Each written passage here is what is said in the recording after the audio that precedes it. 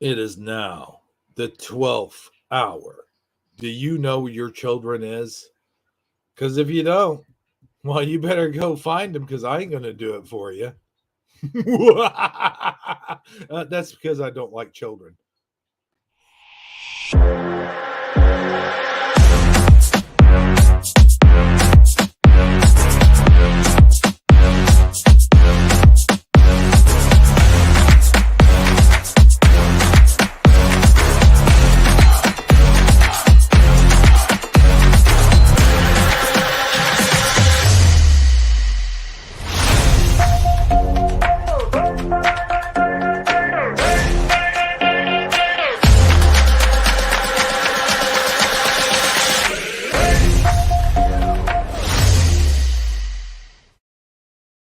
Well, hello everybody. I'm your host with the most that likes spreading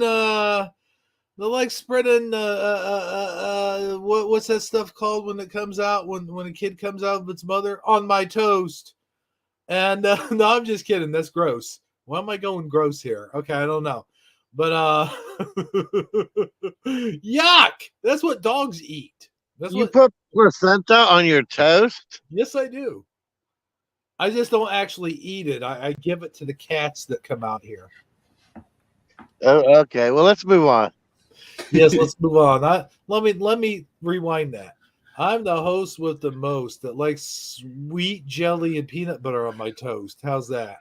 That sounds delicious. However, for some reason, I seem to have no appetite at the moment. Yeah, my appetite's gone. Yeah, no.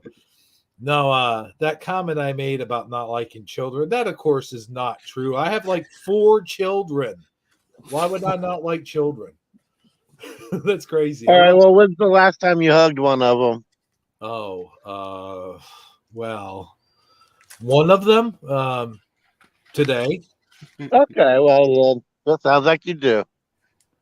Yeah, I mean, You not want? all of them live in the same state, so Well, I that mean, if you at least hugged one of them, I mean, that at least shows that you're a caring father, my friend. but you know how I like to joke. I just say jokes, and sometimes they're not in the best of taste. What? I didn't know that about you. Really, some of your jokes are not in taste, huh? You learn something new about somebody every day. I know, right? I'm offended by that. How dare you say tasteless jokes? That's like my whole channel. I know, right? I'm pretty No. sure that's not a symptom. I think it's something taste related though, but not jokes. Oh gosh, yeah. I got to tell you though, man. This whole weekend has been crazy. I mean, I don't know about you, Keith's dad, or even you, Saget. Well, no, especially not you, Saget. Well, But no, I just moved and everything. no, I'm not talking about that. I'm talking about weather-wise. Oh, Weather-wise, weather it's wise, crazy. yeah, weather wise, not so bad. Go ahead. No, I'm talking about one day we have like tons of sleet, ice, and snow, and the next day it gets up to 60 degrees. And then the next day it gets back down to 35. And then the next day it jumps back up to 70 degrees. And then the next day it's back down to 12. I mean, come on, guys. If you're gonna cloud seed, at least cloud seed us with good weather. Keep it consistent. That's all I'm saying. A little bit of consistency, guys. Holy shit. I mean, Okay. my Do you feel better now? Have you gotten it off your chest, my oh friend? gosh. If people say that man's not manipulating weather, there's something wrong with them. Because I totally believe in that now. I Well, do. I know for sure that weather manipulates man. I can tell you that much. Oh, but man, no, how's it been over there in good old Ohio? I am sick and tired of this weather. I just am. This is yeah. It was super warm today. All the snow that we had was gone because it looked like a tundra hellscape for a while. And I grew up in Massachusetts, so I know snow, but I moved away from it when I was 20, and I never looked back. I was so glad to get rid of snow and not have to deal with snow ever. And now I'm having to deal with it again, and I Yeah. I can't stand snow. I can't stand it. Oh man, yeah, and you know the thing is, on top of all the snow we got, then like not even a few days later, after it was all melting really good, we got rain. Like it rained for 2 days straight. Yeah. Speaking of that, let's add a little global warming. Well, Yeah. you guys know, even the artist Snow hates snow. Huh? The artist Snow. The He artist is, snow. yeah. I mean, you guys know the words, right?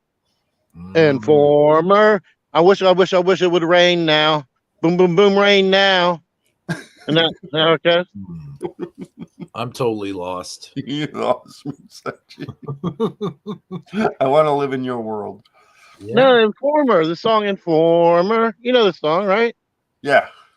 Then it goes, don't rain now. Don't you know what he says? I have no idea what he says. I know the song. No idea what he says. No idea. No. I never knew what the heck he was saying either. I just thought that would be funny if that's what he did say. Oh. Well, hey, But we got a yeah, full anyway, house. yeah, let's move on. We got a full house tonight. And by the way, Nicole Ankerman is actually with us, like physically. Like, no, she's not. When she's like outside your door. No, there's a horse out there that'll ready to kick me in the stomach. No, there. That's an inside joke, guys. That's something we talked about backstage. But seriously, though, she says the weather's annoying. 60 when it was 10 the next day, and it will be 60 again tomorrow. Yeah, I don't know where you live, but that's exactly what's happening here in my neck of the woods. Back to you, Keith's dad. You know how they do on the news. Throw it to you. Take it away. Well, it's crappy today. It's gonna be crappy tomorrow. It's gonna be crappy all weekend. I think it's gonna snow on Thursday or something like that.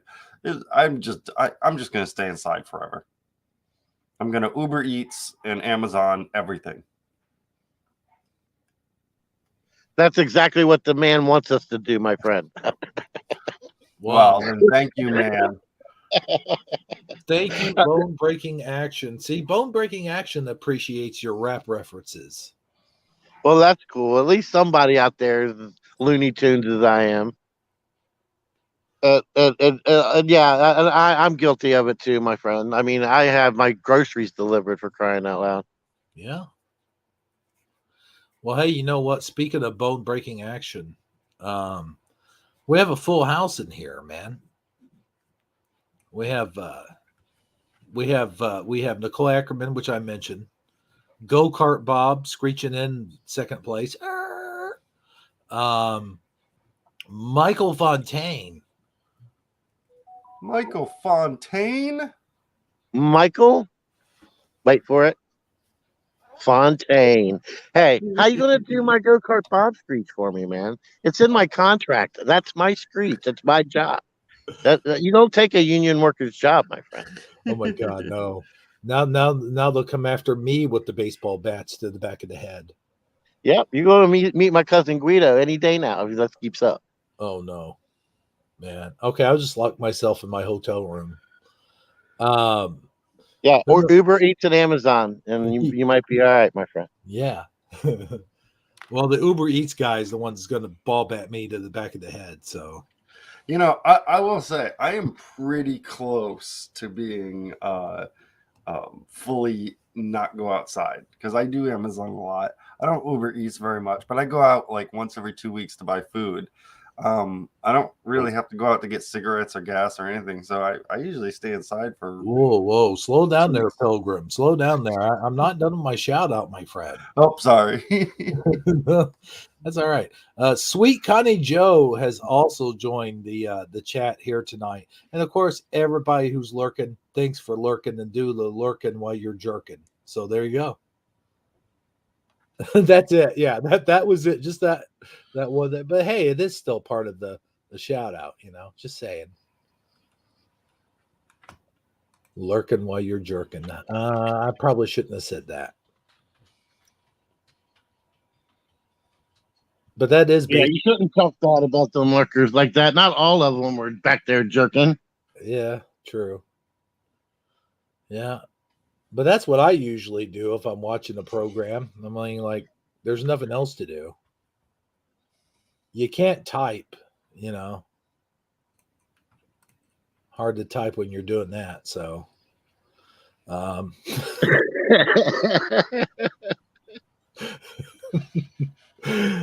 man, we're only 10 minutes Are in. you saying it takes one to know one? Yeah. Oh boy, 10 minutes in, I've already taken this show straight to the gutter. I'll be honest. I've been watching what we have planned today, and we're not there yet, Hebrew. We're about to get there, though.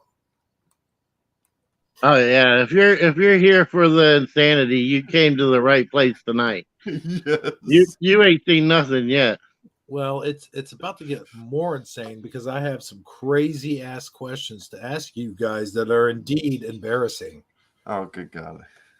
Oh, and we have Why do I have a feeling that this is not going to go well?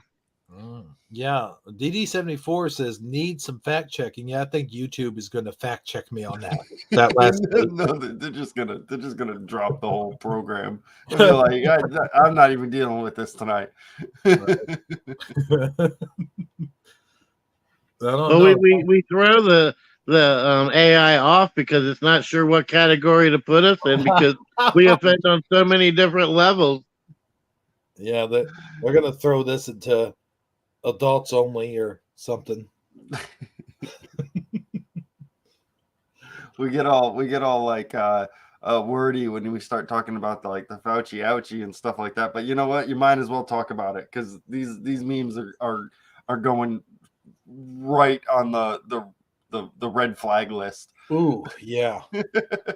Yeah, Saji, you're trying to get the show shut down, so I'm just helping you along, you know. Hey, at least we can kind of try to, when we're trying to figure it out later, I can throw out things like, well, you did say that thing about lurkers jerking and shit. Well, but speaking of sexual nature, let me ask you this. Okay, this is just for fun. This is just what do you call it? A tutorial question. What's it called? No, not tutorial. What's the word? Hypothetical? Yes, a hypothetical question. I'm quite familiar with that word because that's another word you would say right before speaking. Uh-huh. Yeah, instead of sagittarically speaking, you could be hypothetically speaking. That and the words I like to use the most is hypothetically speaking, and no offense to you or what's the other thing people say just before they're actually going to offend you? Oh, with all due respect. Yes, with all due respect. I love using those terms. It's almost like I'm going to say something to you very offensive, but I don't think you're going to hit me because I'm going to say with all due respect. Yes. Yeah, there's so many different ways that you can use your voice inflection to, either make it sound sarcastic or sincere, or any varying degree in between. You want it to be somewhat sincere, however, with just a hint of sarcasm. Like, for instance, if you were going for that, you would be like, with all due respect. Mm-hmm. But if you were trying, yeah, go ahead. You could always do the compliment sandwich approach. Oh yes, the compliment, and negative comment, and then compliment. Yeah, that always works. Anyway, what's your question? Oh, yeah, you did have a question. Back to the question. Here's the thing. Okay, let's say you know the thing. You know the thing. Oh yeah, I know the thing. You know this thing. You know the thing. Okay, so hypothetically speaking, what would you do? This is a what would you do scenario. Okay, you're sitting there, and you're with somebody you're very attracted to, and you're really going, you're really going at it. You got this chick that you really like, and you're plowing her pretty good, and then next thing you know, you're in the heat of the moment and you forget the safety switch, and you forget all about safety. And then like 6 days later, she comes to you or calls you and says, you know what? I've been having morning sickness, and I'm not doing too good. I've been having these weird cravings, and I think I I should. would tell her to go get COVID tested, my friend. No, I'm trying to be serious here, Saji. Oh, okay. My Okay. bad. Sorry. Like, okay, like right now at this current time, like we've all had children, and Saji, all of your children are grown. No, Yeah. they're all grown. Okay, so what would you do? Here you are, well into your 50s, and then all of a sudden, some chick that you're banging comes up Just with some, this. just some chick. Well, I can't even say it. Chick that I'm banging. Well, That's all she is to me. well, Because I no, don't. I mean, Yes. you have some attraction to her, and But she's just some chick that I'm banging, huh? well, no. I'm just trying to be abrasive when I say that. That does sound somewhat abrasive. I mean, I haven't even like bought her a Valentine's Day card or took her out to eat or No, you you did. know. You took her out and bought her a steak. Oh, okay. Rare, probably. Yeah. Hebrews gone 100% MGTOW. So no. Here, this is the thing. Like you already. Okay, and then she comes back 6 weeks later and tells me she thinks she's pregnant with my child. Beat her, Yeah. no beating around the bush, straight up. That's Right. what you're saying, right? What is your reaction? Your initial reaction? Okay. All right. We'll start with you, Saji. Oh, well, thanks a lot. I appreciate it. I was just so hopeful that Keith Stab was about to step in there, and then you had to, block it. All right. So, all right. So, what do I do? What do I do? Honestly, I mean, at this point in my life, I mean, Breaking 50. That's I've done learned that whatever life gives you, you just got to do the best with what you get. So I'd make the best of the situation, my friend. I would stand up like a man, and I would definitely go through the whole DNA test thing before I agreed or signed any documents or anything. But if it was my child, I'd step up and take care of it. That's what I'd do. all right. Hey, good answer. I like your answer. That's pretty cool. Okay. You Keith's dad. All right. So I have a quick follow-up question. Okay. One is she in front of me or is she telling me on the phone? Telling you on the phone. Okay. I wouldn't answer. By now, if you said it's been 6 weeks, I probably ghosted her by now. Mhm. So she'd come up with don't answer this number. So that would be the first thing. Now, if she was in front of me and I had to, be confronted with this knowledge, And you're still banging her, by the way. Wait a minute. I didn't throw that to the clause. Oh, well, we're not still banging her? It wasn't really specified. Oh, yeah. Well, okay. Why not? Let's throw that into the. okay. I mean, I guess it wouldn't matter. My response would be the same. Yeah. Lo siento, no hablo inglés. Tengo que imri ohora. Oh, boy. And then I'd walk away. Well, do you have to answer now, Hebrew? Oh, yes. Okay. My initial reaction would be, bitch, are you kidding me? And then after that, I would of course calm down and be like, well, are you sure? How do you know? Because you've been with so many other guys. I mean, let's be honest here. You didn't make any mention of this earlier. No, this is my scenario. This is what the Oh, kind of okay. That is if she's still It talking sounds- to you after calling you. It sounds rather suspiciously specific, my friend. I'd be like, you told me the shot was like 99% effective. And now you're telling me you're pregnant? Come on, man. And then, of course, like Keith's dad said, I would get a DNA test. I didn't say that. Oh wait, who said that? It was a go-kart Bob. Oh, okay. No, it was Michael Fontaine. I'm pretty Oh, sure. Yeah. Michael Fontaine too. Was, Yeah. was it? Oh, but also, like, I would make her pee on the stick, like right in front of me. Just for the fun of it, right? Yeah. No, what? No. The prove the thing. You And know, the thing. Yeah. Oh, You're not gonna get away with it. Go, you know the thing. dang it! I He's gonna fall make for you that mad every time.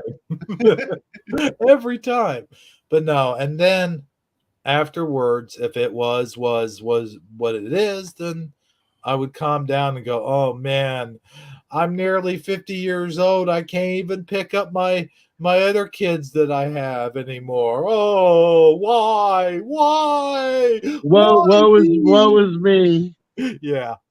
But then I would, after about, I don't know, a week or so, I would snap out of it and be like, all right, I'm ready to take responsibility. Yeah. What 10-day bender on what's your favorite whiskey? Yes. Oh, I got a new response. Okay. All right. Now that you've had time to process a little bit. Yes. I say, damn, I didn't think women could get pregnant at 70. Oh. Ooh. Oh, geez. Yeah. Yeah. Okay. I would. Well, why not just ask her? Tell her you thought she was a liberal and couldn't get pregnant. Okay. So have we all got our answers? Yeah, we can make up more if you'd like. Because I have more stuff I have more stuff. I have quite a few more. Okay, go for it. Okay, Yeah, so let's move on. Let's go on to the next one. I think we pretty much beat this one to death. Wait, that was terrible. Oh no, Saggy. Oh, I just got that. Oh my gosh. All right, let's go to plan B. I mean, question Oh, ouch. No. Okay, here's the next one.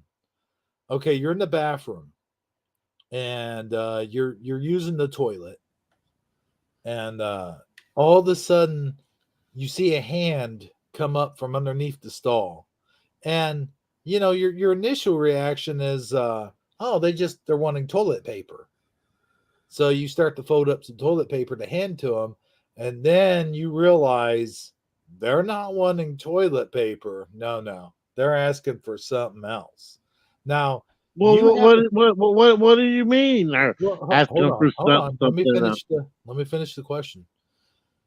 They're wanting something else. So you're like, What do you mean they want? you hold on a minute. I'll get to that. So like, you realize what it is. I'm not going to say it on the air, Saggy. Come on, man. Well, what do you mean you're not going to say it? I mean, how am I supposed to know what it is? You know what it is. Just just use your imagination. All right, I'll use my imagination. They probably want to borrow my PlayStation or something. Yeah, probably. But you haven't. So you're still in the middle of doing your business, and then you go to wipe, and you're wiping as fast as you can to get out of there. But the question is, what do you do? What do you say to this person? What do you tell them anything, or you just keep your mouth shut and just wipe as fast as you can and get the hell out of there? I mean, if a person's bold enough to put their hand, I would just hand them the toilet paper, and then how would I come to any realization that there's any other reason? Well, then they tap their foot, like under. Oh, and they're not playing a harmonica? No.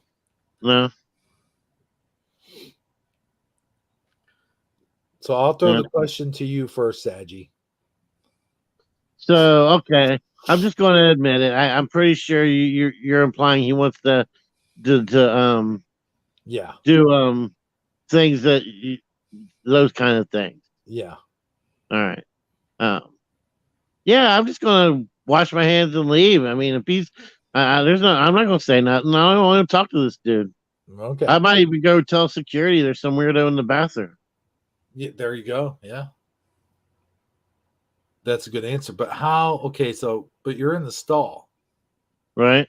How do you get out of there? I just opened the door. Oh, okay, yeah, that's right. I'm sorry. Okay, so the next one, I promise the next question won't be as perverted. Go ahead, Keystad. I mean, this is a classic case of I'm not gay, my boyfriend is. To be honest, so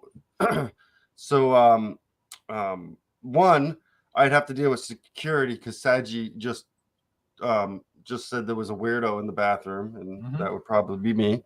And no, I mean, hey, yeah, if we're gonna make hypotheticals, just pretend it's a hot girl on the other side. Why not? But still, you don't pick up people while they're taking a shit in a public restroom. Yeah. If there's No, one place that should be sacred where you don't have to worry about sexual implications, it's when you're wiping your dang ass. I mean, come on, man. Don't tell me what I can and can't do, Saji. Well, I'm not telling you, but I'm going to go tell somebody else there's a weirdo in the bathroom. That's for damn sure. You see, this is why I like laying down these scenarios, because it's like a can't win situation. It's like I'm always going to play devil's advocate. That's just what I do. No, this is what's fun. You know, I'm playing along all the same. I want you to keep it going. Yeah, I love that question. in fact, I'm more the guy who's putting the hand on. Yeah. Why not? Don't stop. Don't stop. Stop. Don't. Wait. Don't stop. What? Never mind.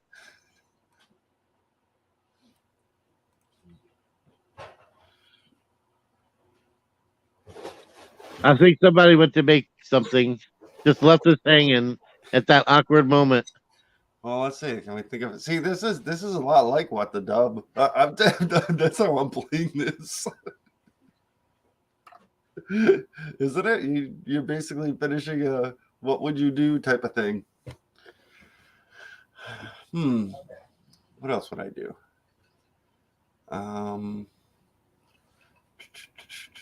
You could. Oh, you know what you could do is you could take some toilet paper, and like get a nice big wad of toilet paper, and you could stick it in the tub to get it wet, and then just drop it in his hand.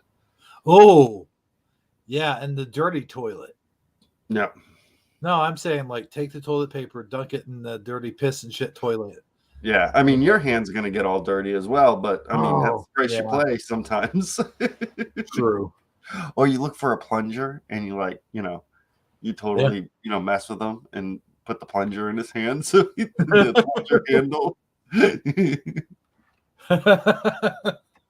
Yeah. So, do you guys are you done? Yeah. Well, So as much as I like to move on from this question, I'm hold on. afraid to ask for the next question. I got my turn now. Okay. Yeah. Go ahead. Here's what I would do. I would take my cell phone, because I always take my cell phone to the bathroom with me. And I like to watch videos while I poop. So what I would do, here's what I would do. Take it and then take a picture of them from under the stall and then send it to who would I send it to? I would send it to me. Send it to me. And then I'd be like, I would text Walmart, the Walmart employees, and be like, there's some weirdo here in the bathroom. I don't know why this scenario is coming from Walmart, but and then I show them a picture of him, and then send it to the police. And the police be like, "Oh my God, just Keith Stat again." Just oh yeah. No. Bring the plaid handcuffs. The plaid. Why would the handcuffs be plaid though? Because they have them just for Keith Stat whenever they arrest him. They know him so well. I got you. Yeah. No, man. Honestly, I would just keep my mouth shut, don't say anything, and just finish what I'm doing and bust open the stall and because I have my cell phone with me though, and I usually watch videos, I would turn it up really loud to like some weird, perverted, crazy ass porn. And then I don't know. You mean what you usually watch? Yeah. Okay, go ahead. And then I would just like pretend like I'm talking to someone while watching that, like I'm like one of those I don't know, phone sex girls. Do they still have those? You mean like what you normally do, like when you're on the phone with people? Yeah. Okay, go ahead. So then it would hopefully it would deter him from like wanting to do stuff. And then that would give me enough chance to bust open the door, wash my hands as quick as I possibly could, and get the fuck out of there. So your theory is that turning on porn to a pervert will make them not aroused. Well, no, I mean, like, I have a feeling your plan may backfire. I mean, out perv him. You beat me, bro. That's.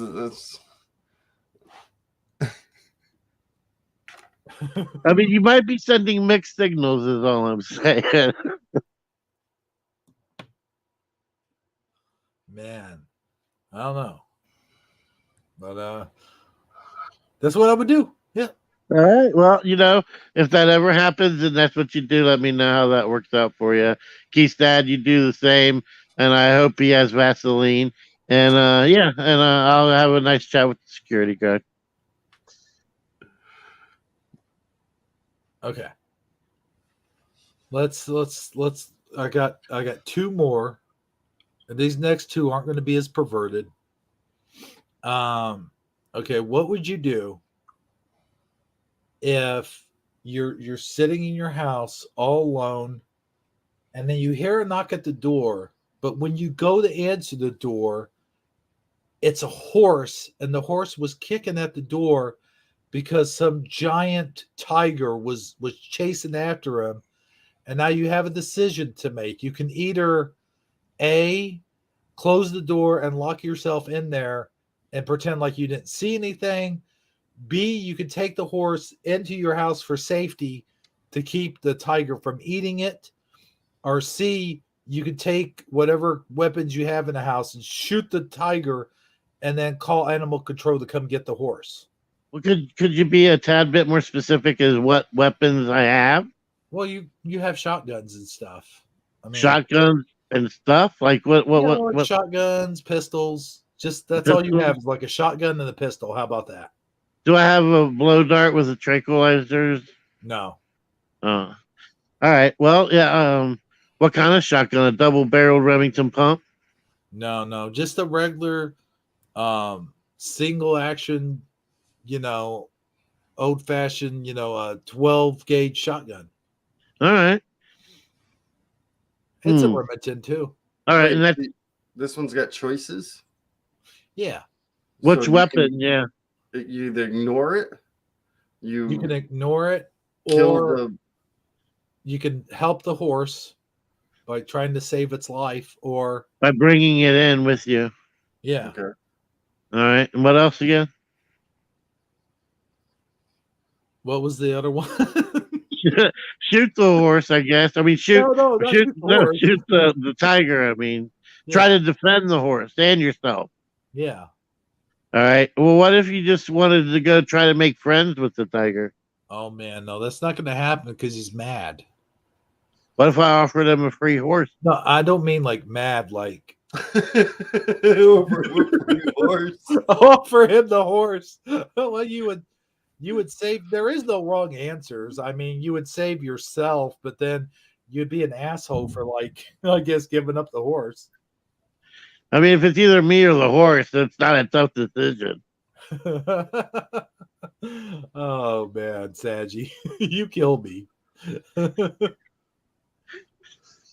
But yeah, that's a tough. I mean, overall, that's something to think about. I don't want to have to go first this time. Anybody else?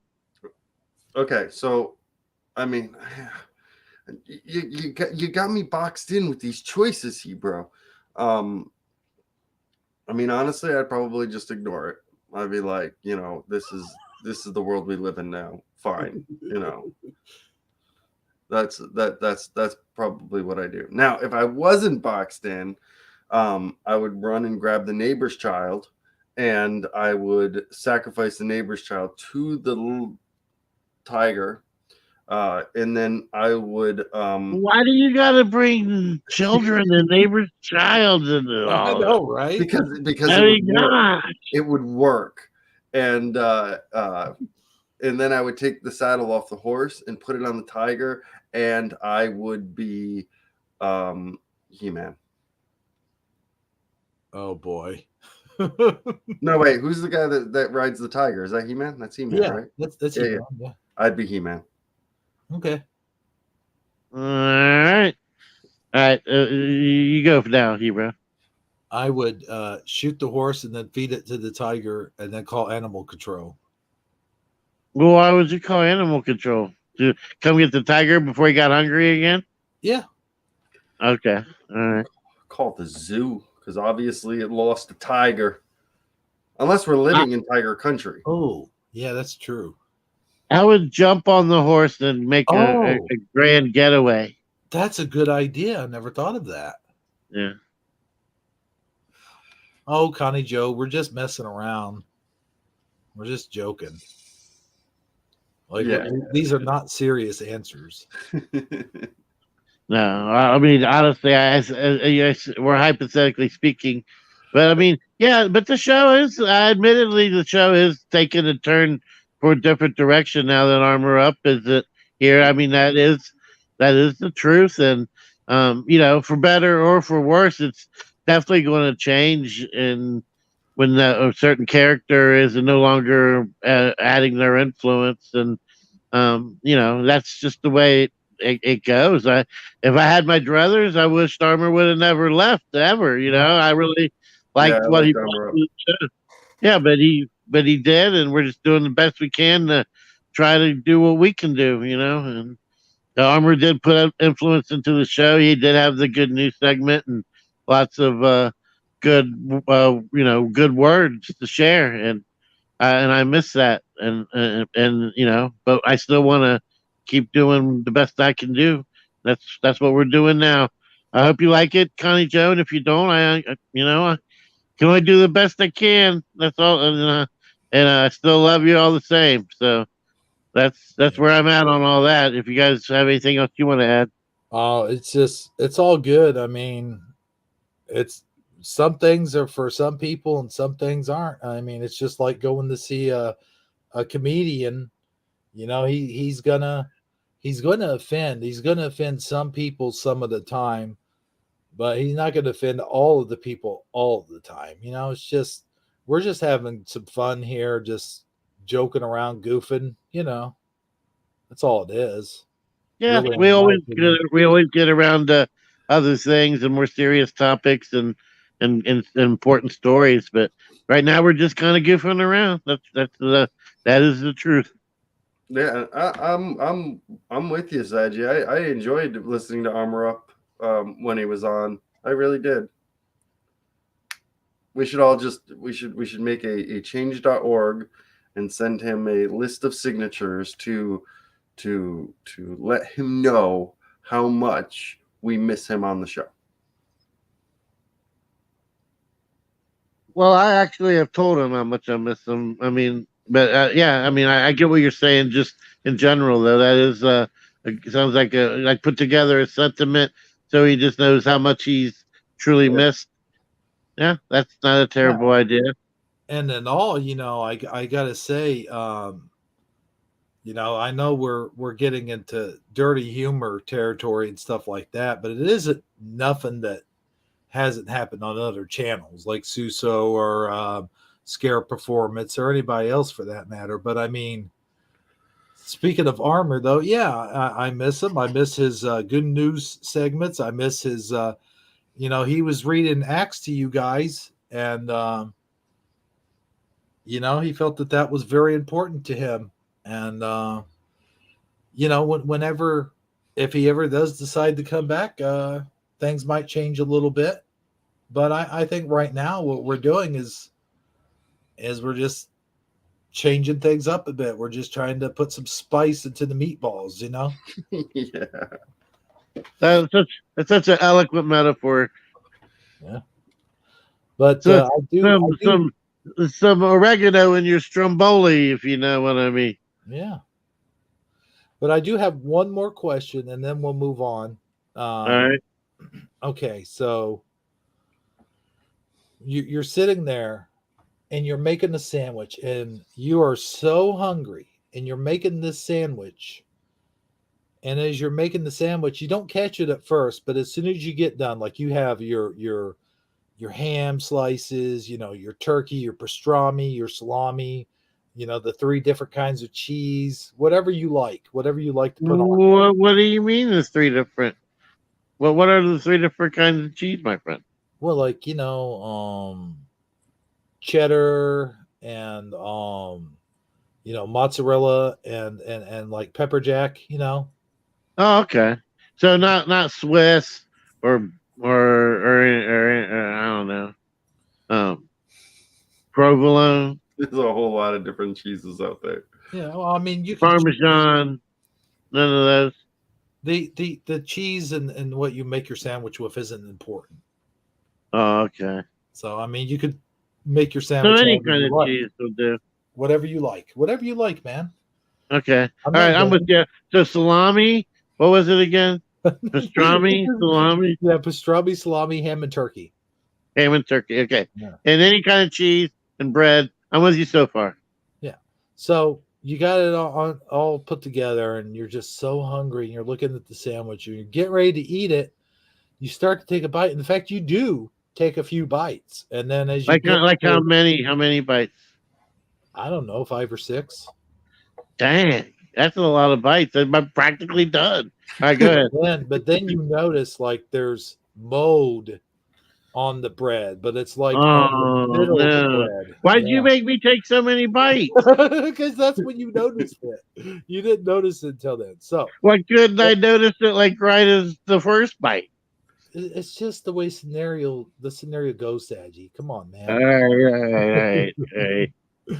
So you notice it, you go, oh no. Well, Oh, I don't think that man. would be my exact reaction, but yeah, we'll just go with that. Yeah.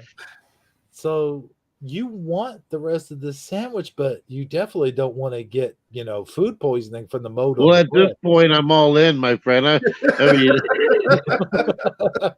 bread. So it's like, so I guess the big question is, what do you do, Saji? What do you do? Do you pretend like you never saw the mold and just keep eating, hoping that it doesn't make you sick? B, do you pick the mold off the bread and throw the piece of bread away that had the mold on it? Or C, do you just discard the rest of the sandwich?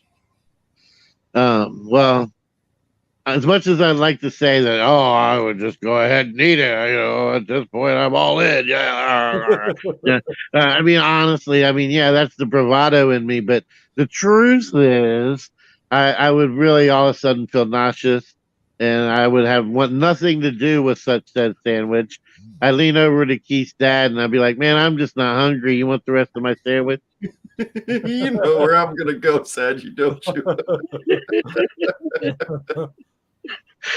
If he said no, I'd be like, Hebrew, and I already know what your answer is going to be. And you're already going to say yes because you know what my question's going to be. Right. So, yeah, and I'm going to laugh as soon as you get done taking a bite for giving me a freaking sandwich with mold on it. Yeah. All right. Who's next? I can say that this has happened to me on more than one occasion, actually. This has happened many times because, I get a loaf of bread. The thing lasts not as long as I need it to. And so here's what I tend to do is now, I don't know if you know, you're also talking to a USDA food quality expert here.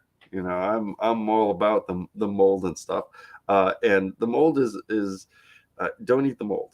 If I was to be an expert and give you expert advice, I would say throw it away. However, historically, However. what I do. However, slow down, my friend. I mean, I love reading your story, but you're talking like you a hot tamale, my friend. So slow down.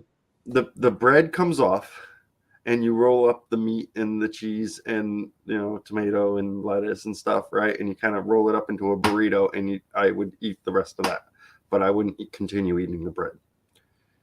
All right, so you would still eat the good stuff, Yes. right? All right.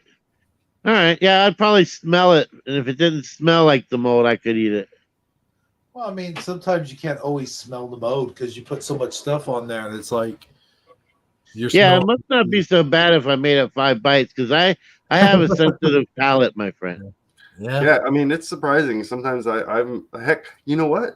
Yesterday I made a sandwich and found out that my ham was bad. My ham was molding, Oh, which was man. sad because I still had a whole lot of ham left, and I just ended up feeding it to the animals. And I honestly, I ain't gonna lie. I grabbed the last bagel out of the bag, which I had kept in the fridge, so that it would stay fresher longer or whatever. And I got the cream cheese out, and I knew I was going to toast the bagel, and I saw the smallest little, faintest little green little speck, and I brushed it off, and then I saw a second green little speck, and I brushed it off. I inspected the whole thing and didn't see anything else. I toasted the bagel and ate it. I would like to say that Bone Break in Action. You should join us on Wednesdays and Saturdays because your comment fits in perfectly with my channel. Did you see his comment? I'm gonna break up with the girl who's trying to feed me mold. Yeah, I know, right? Yeah. But yeah, that's how bad I wanted the bagel. Those two green specks couldn't scare me away, but I'm almost certain that if I'd have seen another one, I couldn't have done it. It was still hard for me to even do that. I mean, it was the tiniest little speck, but it still weirded me out. Yep. I had this happen to me with noodles, actually. I had bought these noodles from this international food store, and I didn't realize at the time. I saw green on there, but I thought that was because they were spinach noodles. And I was like, okay, I guess that's normal. But the noodles looked bleached. I'm like, that's not supposed to happen, is it? I was like, oh well, it's international food store. What do I know? So I start cooking the noodles, and as I'm cooking them, I look at the package. I'm like, I wonder, because I was like, man, this can't be right. So I look at the package, and it said October of 2016, and this was like June of like 2019. I was like, oh yeah, I think I'm gonna dump these noodles out. So didn't you show us a bag of candy from like 1970 last month no. or something that you pulled out of a toy? Oh yeah. That Fred Flintstone candy. Yes, the Fred Flintstone candy. That's it. Flintstone candy. Yeah, I showed you backstage of me licking it, but I didn't actually digest it. So, or ingest it, whatever you want to say. Yeah, But I mean, you can't be. I'm going to mute up for 1 minute. I'll be right back. Okay. I mean, if you see candy that's still like sealed, it doesn't matter if it's like 80 years old. You to keep your man card, you have to at least lick one of those pieces of candy. Yes. I mean, it's a requirement. We're so dumb. We got to do that. I got to tell you, besides the fact it tasted like old battery acid, it wasn't half bad. But I do like, real quick, I do have to acknowledge a comment here from DD74, which he made a little while ago. It says about the sandwich. He says, grab a burrito wrap and perform a transplant. Yeah. So, yeah, that's what you do. What I did when I had the sandwich that had the mold of bread on it is I think I did pretty much what he's saying, but I took the bread and did a bread transplant. Found 2 slices of bread didn't have any mold on them, and it was all right, man. See, I'm still here. I would do a bread transplant, but if I'm already gonna have to get my fingers messy Yeah. to do the transplant, I might as well just not do the bread and just eat the rest of the stuff just as is. That's why I go with that route.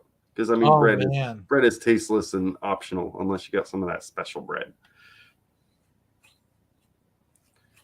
Wait a minute. Who said a lot to hear that right now? Oh. As much as you guys, Oh, as much fine. as I'm talking, hey, can you guys hear me? Yeah. As much as I'm enjoying talking about moldy ass sandwiches, guys, I've been having so much fun playing What the Dub. I know you haven't got a chance to play it yet, Hebro, but let me tell you, I know Michael Fontaine has been there, a few other people in the chat. If you guys like the game too, put a heart comment in the chat right now. I want to see some heart comments. I want to see how many people. These questions are a lot like that. Yes, I know. You're really good at it, Keystad. You win almost like what 3, 4, 5, 6 games in a row. No, that was a fluke. Do you have any clips from us playing where we can watch it like here in the next minute or two? I mean, that one's all up to Hebrew, but we got a full plate today. Mm-hmm. I would just like to show a little clip so the people that are in our audience right now that don't know how much fun we're having over there will see and come over there and join us. Here's the deal. If they want to see how much fun that we're having, they'll have to go over to Keith's dad's channel and hit that subscribe button and the notification bell. And all right, go to Keith Scott, go to your channel right now. How many subscribers do you have right now? He has 710. Oh, right this minute? Paying attention. All right. Well, by this time tomorrow, I want him to have 720. No. I want him to have 785. Dang. All right, let's be realistic. Let's say 750. By tomorrow. By tomorrow? Yeah, by tomorrow. The hell did I just drop? Oh, guys, I gotta go. All right. See I gotta go. I'll be right back. All right. Okay. Well, 750. I just want to see how much it changes and see how much influence we really have. What do you mean it's not? How much love and support we can get, and you guys will have fun if you haven't been over there yet. It's a really fun thing. I wish we could show an example. Yeah, the What's Your Dubs are on the channel. Yeah, drop a link there in the chat, Keystad. Let me see.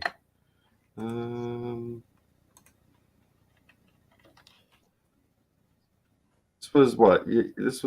This was 2 days ago. This is the one from 2 days ago.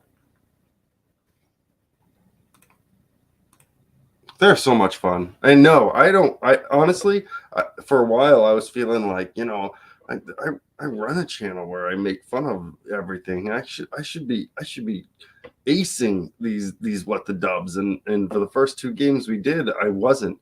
It was just a fluke that yesterday's game was me.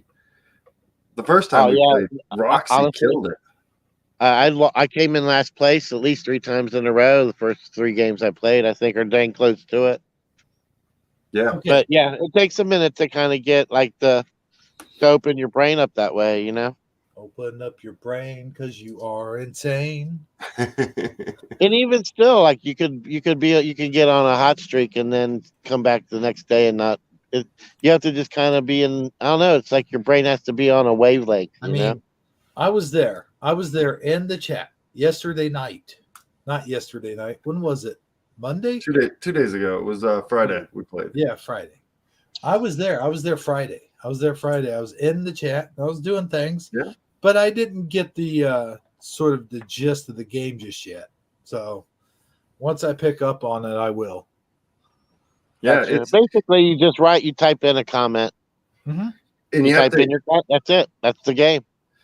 the way that I mean, there's many ways to play the game, right? And I've kind of made an announcement to everyone kind of backstage, because a lot of people, like, they try to, be super competitive, and that's not what I'm really looking for. If something's funny, pick it, even if you know who it came from. The whole point of it is really. Well, yeah, I never even consider who it's from, not in any way, shape, or form. I always just pick the one I think's the funniest. Yeah, I mean, that's what I do too.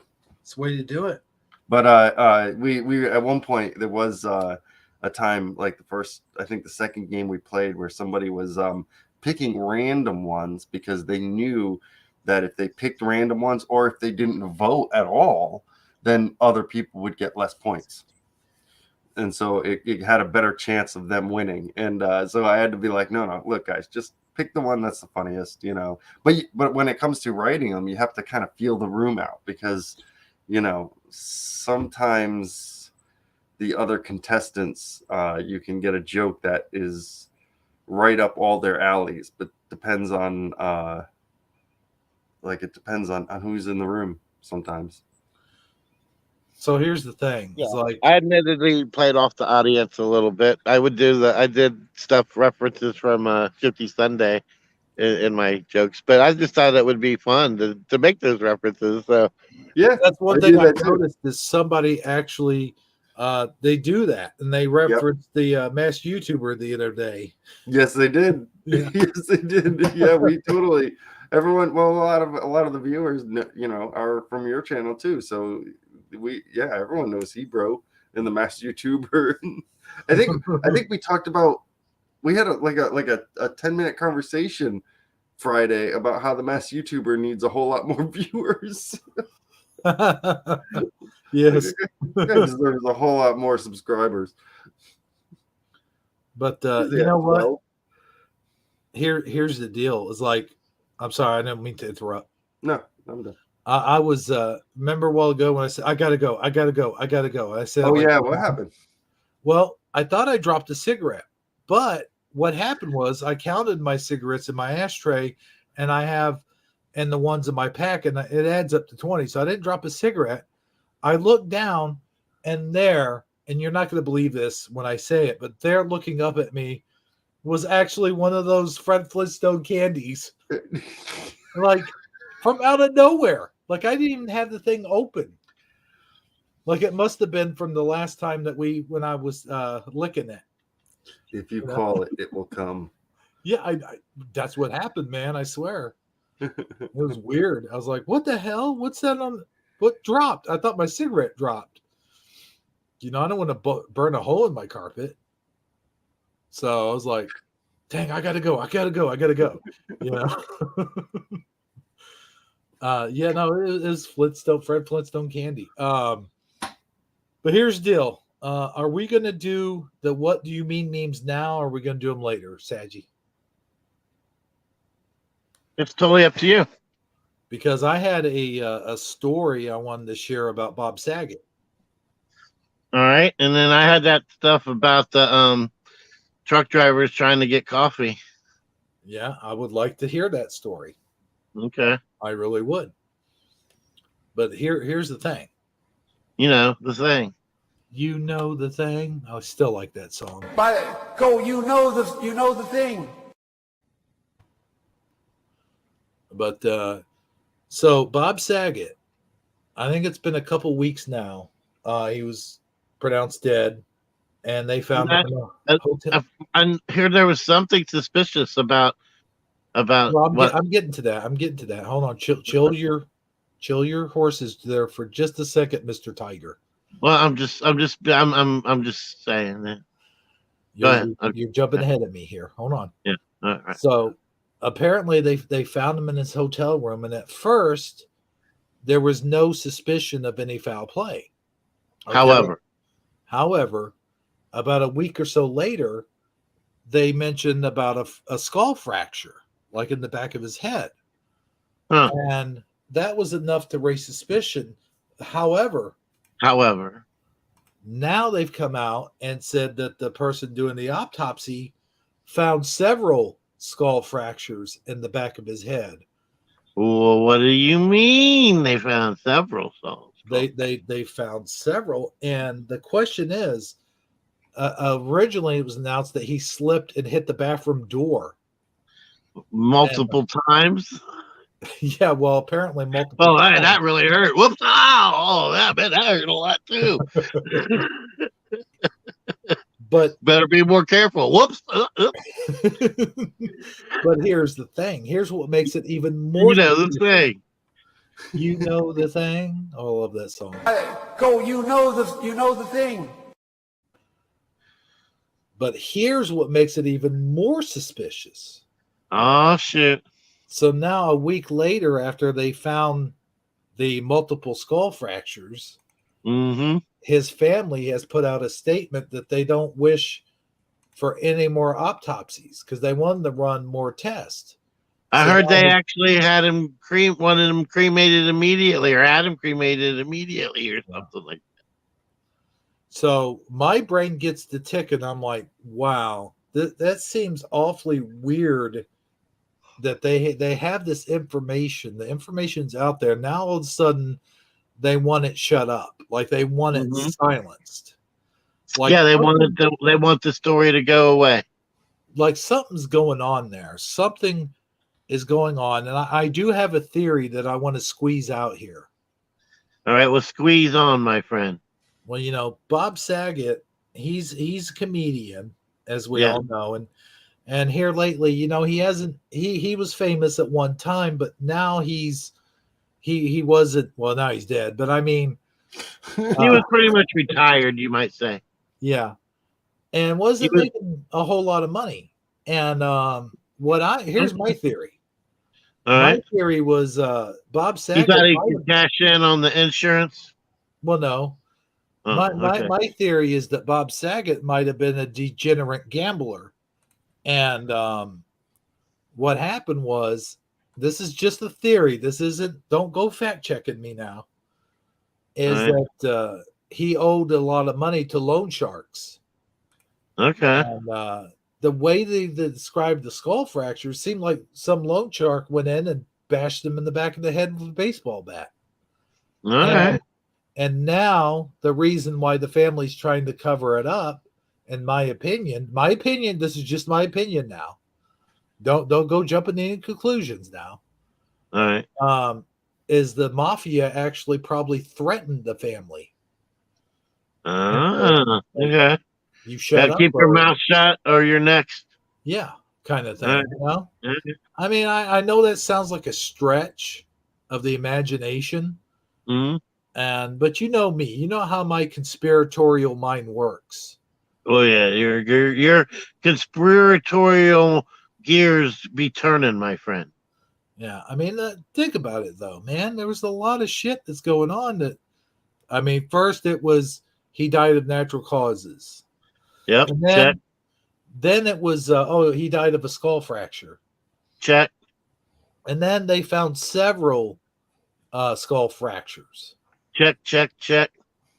And now the family wants it silenced.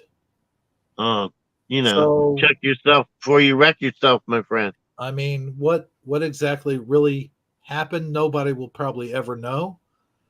But when they come out and they say flat out that there's been no sign of any kind of foul play initially, and then they come out and mention all these different skull fractures. And then what's the latest? I mean, I know there's been some recent developments. Where is it at now? Well, that's where anybody brought it up recently. I mean, that's where it's at now. From what I read, I sent an article there in Hangouts, I think. Oh, okay.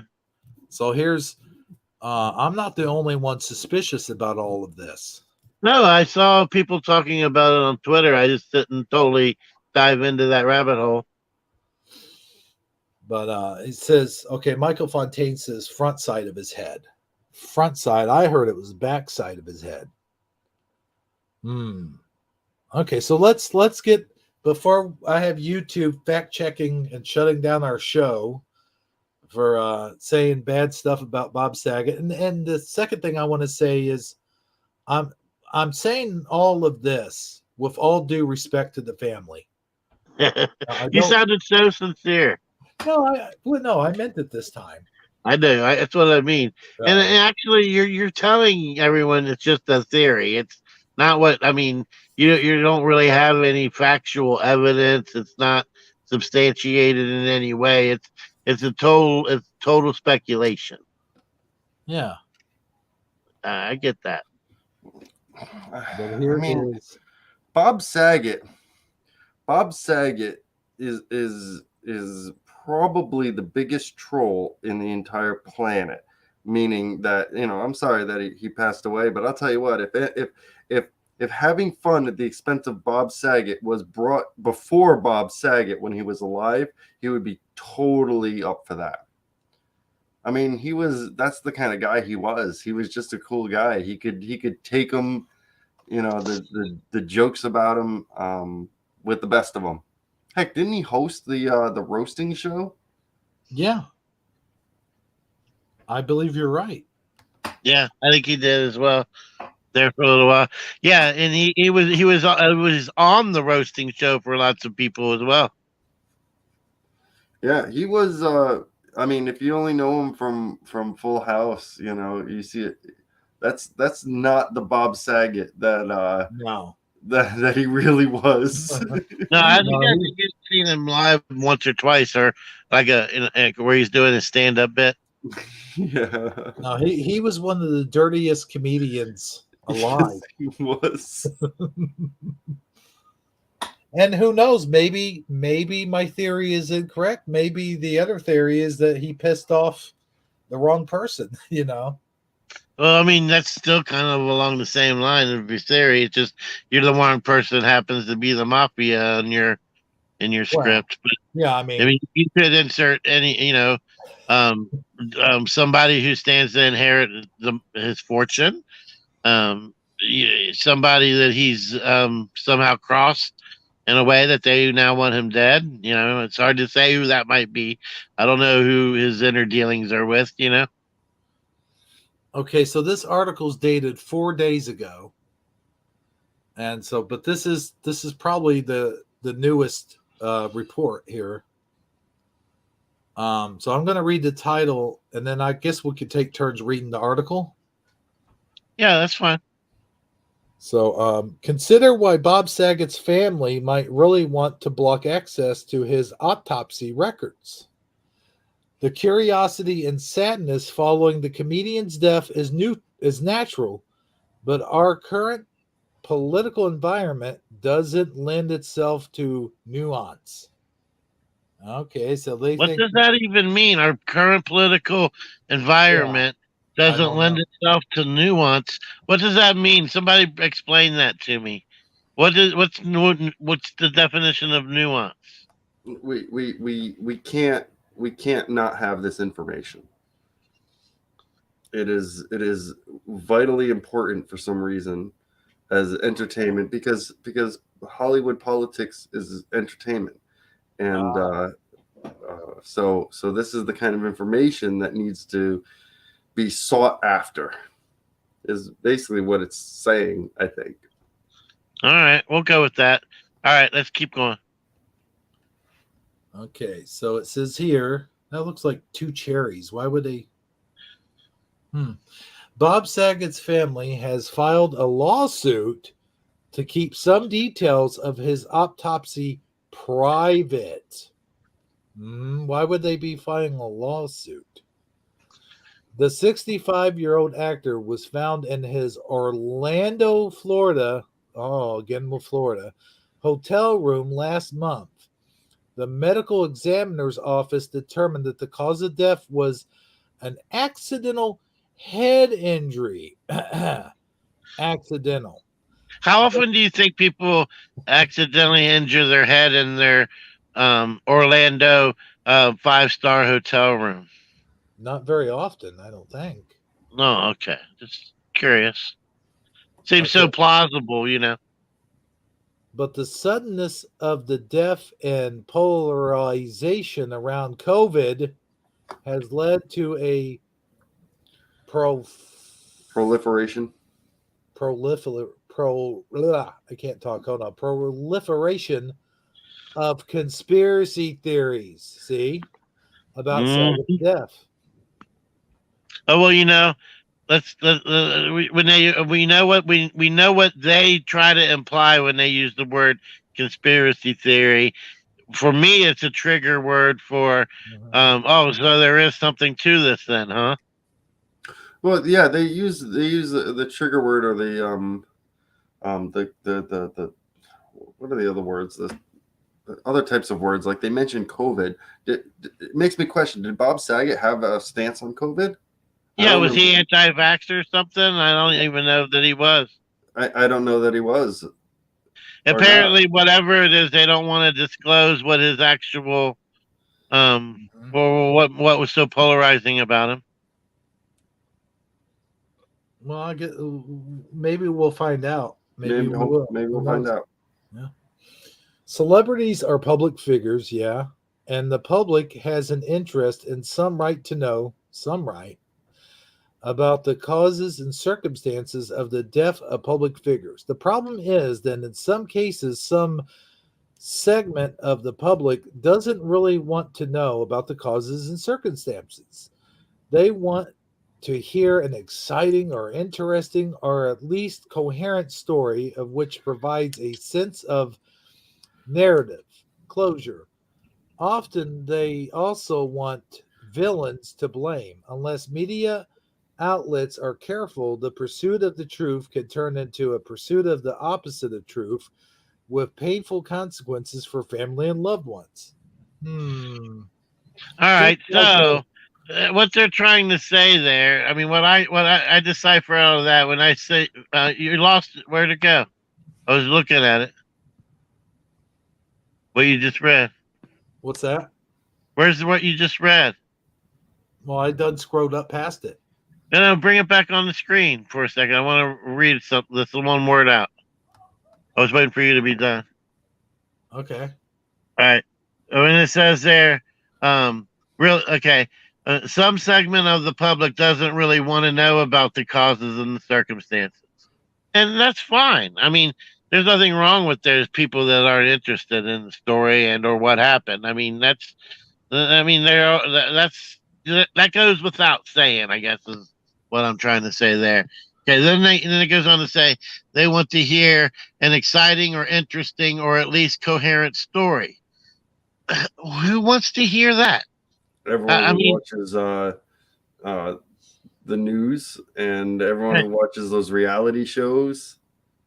right? Those are the people who just take the official narrative as official gospel 90% of the time. Then, Yeah, right? yeah. Okay. I already have a problem with this author, right? With that sentence, celebrities are public figures, and the public has an interest and some right to know about the cause and circumstances of the death of public figures. No, they don't. Why? Why do they? They don't. Why are you saying that they do? They don't. Yeah. Okay. And then, unless media outlets are careful, the pursuit of truth can turn into a pursuit.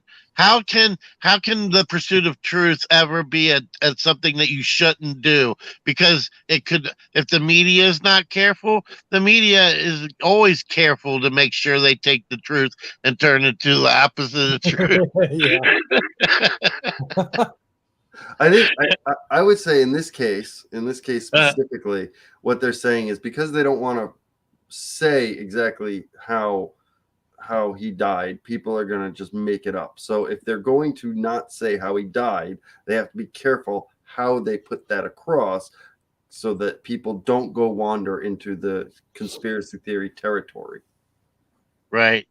And well, was if they came up with a more, if they would just tell us the truth and be known for telling us the truth and didn't put out such a paper thin narrative that had so many holes in it, you can see through to the other side as easy as if it wasn't even there. Then there probably wouldn't be a need for conspiracy theories. Yeah, well, I'm hoping that this author is basically saying, the newspaper should be like, "Hey, Bob Saget died." The end. And Yep. There's not nothing to see continue on. here. Keep moving. Peace out. Yeah, Yeah. because why not? You don't need closure. He died. It's what Yeah. happened. Yeah, just like when Dick Cheney died. That's how they did it. I mean, it Well, worked. Michael It's proven. Fontaine brought up JFK, and that's a great example. JFK was a public figure, and he Yeah. died, and there was so much media coverage on it that it just started getting jumbled and messy, and Yeah. now look at it. There's like 173 different theories. Yeah. So All right, go ahead. here's where my discernment kicks in, and I've been reading on a little bit here. It seems like the author of this article, Author. yeah, what you just said, is also stretching for COVID. Like people are We'll saying, read it. Just let me read. I'll read some more of it. hold on a second. Hold on. Let me finish because it says what I already read. I did hear you say COVID. Yeah. He's already trying to, not him, but trying to say that conspiracy theories are trying to point COVID for the blame of his death. And I don't think anybody is pointing COVID as it has absolutely nothing to do with COVID. And that's the crazy thing is why do these writers and everyone try to point causes of death towards Find COVID? a COVID angle is what you're saying? Yeah. Yeah. Kind of find a way to put a little COVID spin on it. Yeah. Yeah. I don't know. It does seem like that is a thing now that somehow, some way, if you could throw in the COVID twist, I guess it just helps with the ratings. I don't know. Well, you got a theory on that, Keith? That's exactly what they're doing now. I mean, COVID, because here's the thing: is even if COVID had a cause, like let's say, COVID does cause lapses and faints and stuff like that. I mean, who cares? It doesn't. Why does that care with Bob Saget? What? Yeah. He just died. Just let the man be. I mean, if I died, I don't want my. I don't want. I mean, if you or I died, or any of us died, there wouldn't be any news segment over covering it. It would already be a dead. It would already be a dead story. It would whatever the police decided they were going to do, that's what was going to happen, and the family would just do with whatever the family was going to do, and everybody carry on, right? I mean, that's pretty much how it would be handled. And I don't think public figure is you're either a public figure or you're not. You have people like Biden and Trump who were in political office. You know who their cats are, their dogs. All their children's names. Everything like that. I mean, do you know how many children Bob Saget has? Do you know what he likes to do when he goes home? What does he do for hobbies? No, he has a private life. Right. Mm-hmm.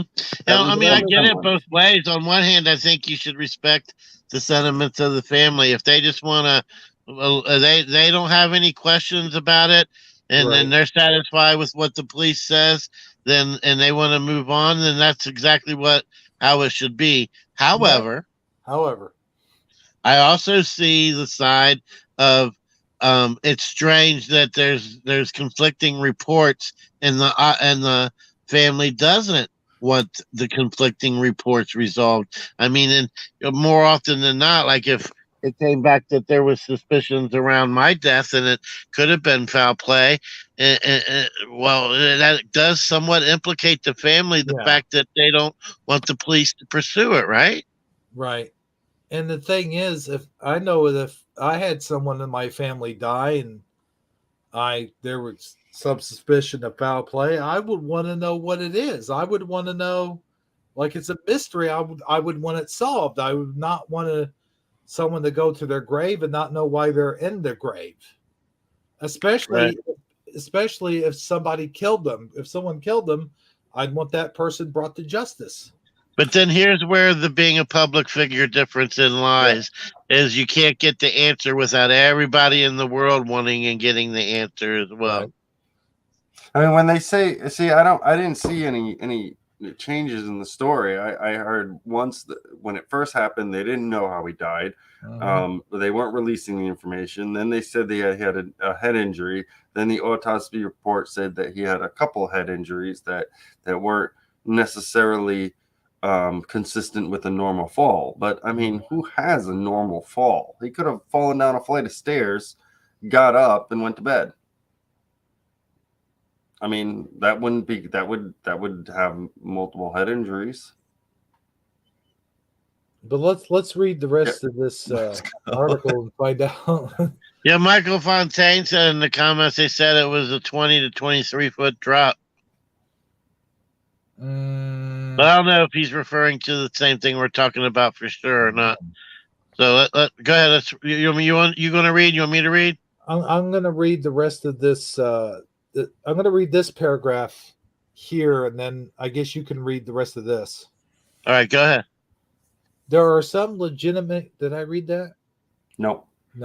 There are some legitimate uncertainties about Saget's death. Oh, I misspelled Saget in my thing that I did. His injuries seemed more extensive than those you would expect in a typical fall. There are various plausible non-sensational explanations for that.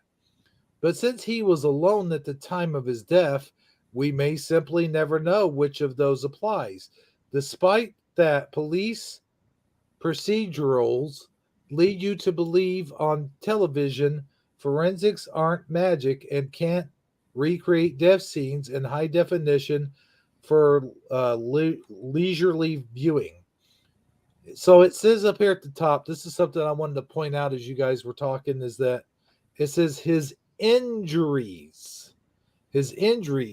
But at the beginning of the article, let me go back up a little bit. It says head injury. I don't know. To me, that kind of means that it did change, and that it has changed several times since even this one article is conflicting with itself. Yeah. I mean, one time it calls it an injury, and now, further in it's saying the word injuries. I mean, like if they can, if they call you while you're at work and say that your kid was in an accident, that he suffered an injury, well, what happened? He broke his arm. And then you get there and they say, no, he suffered multiple injuries. That's a whole different story, right? To me, yes. And they also, there was something else. I don't know if I read it in this article just now or saw it on a video where they said the fall happened in the bathroom, like he slipped and his head on the back of the door. That's probably not in this article, but I'll let you. Where did I end at here? Yeah, at the leisurely viewing. Yeah, it said despite what the police procedurals lead you to believe on television, forensics. Did you read that? Yes. Yeah, I read that. Okay. All right. The normal uncertainty around a unwitnessed death leaves lots of room for irresponsible speculation. Why do you have to throw the word irresponsible? Why can't there be such a thing as, since there's no witnesses, only thing left is responsible speculation? Because there's going to be both versions of speculation, but they only want to point out that any form of speculation would be irresponsible. You see what they're trying to imply that? I just want to point that out. Where I don't necessarily agree with that. I think that there is such a thing as legitimate speculation that can be done responsibly. All right, I digress. Some people have argued that Saget's death was the result of some sort of assault. Why is assault in red? Saget tested positive for COVID at the time of his death, and that's led some to claim the disease was involved in his death. We want to read that again. Saget tested positive for COVID at the time of his death. So, and that's led some to claim the disease was involved in his death. But But there's what no I evidence it was. But there's no evidence it was. What I So- read, sorry to Go ahead. interrupt you, but real quick, what I read before I read this article, I think I saw it on a video, or maybe it was on the news, but they had said that he had gotten over COVID and was at the very end of it when this incident occurred. Huh. So All that's right, not- so you it's can not- see how you see how details matter and context is important. See, this is throwing in the fact that he had it, and it totally where all that other context adds a lot more to the story. You know what I mean? Yeah, I mean, if we sit here and we speculate that he had it at the time this happened, then we could speculate, well, maybe he got dizzy and fell because of it. Well, But yeah, and according- when you withhold just enough information to make that seem like the most, see the devil is in the details. Right. The best speculations are in the specifics. I mean, when the more vague the information, the harder it is to come up with something conclusive. You know. But see, I think the reason the salt is in red is because they're trying to say that it's like total speculation and a lie, because they're saying the result of some sort of It's a link. assault. Yeah, but then here we have claims and Yeah, spark both in claims. red. Yeah. Yeah, it's their links. Oh, are they? Oh, okay. Okay. Oh, so those are the links to the claims, and then okay, all right, yeah, that makes sense. Again, though, but why red? Why not blue or green or purple or you would think they'd be in blue. aqua? Yeah, gold. I don't know. Anything. Red. I think if you click it, it turns blue. Oh, okay. Let me try So that. just like your veins do. Okay, that's nice. Yeah. See, purple. All right. Yeah. All right. Conspiracies. That's conspiracies around violent, unexpected deaths of famous people are nothing new. Vincent Foster, Deputy White House Counsel, who died by suicide in 1993, has been the subject of conspiracy theories for decades. The right falsely claims, with no evidence, that Bill and Hillary Clinton were responsible for his death. Similarly, NBA star Kobe Bryant's death in a private helicopter crash in January 2020 sparked a slew of conspiracy behind it and more general speculation that it was planned or orchestrated. Those damn conspiracy theories, with all their damn conspiracy theories. And if you remember, at the time of Kobe's death, we And notice they threw in right wing, the right falsely. They had nobody on the left ever comes up with any cuckoo theories. Just the people on the right. Oh, there's more here. I didn't know there was more. We'll have Keith read that part. But wait, there's more here, bro. Here's the thing, though, real quick. You know the thing. When Kobe Bryant actually died, you know the thing. Yeah, I don't have it up right now. We're not doing that right now.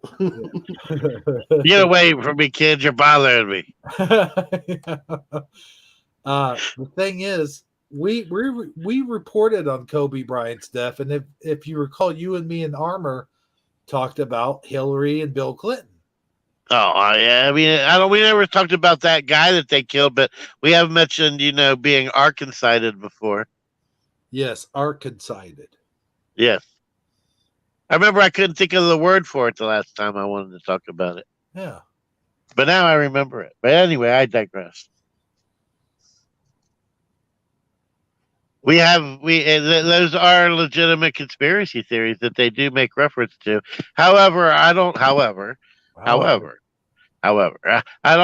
really was big on Kobe Bryant conspiracy theories. I thought it was interesting when he died, some of the symbologies and the things that, that went along with his death. But as far as, I don't even know I couldn't even tell you one of them, more or less two of them.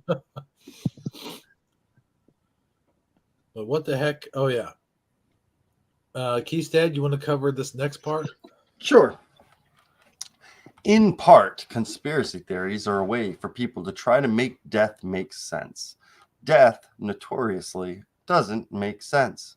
It can and does come for everyone eventually, often in unexpected ways that don't have a satisfying narrative arc.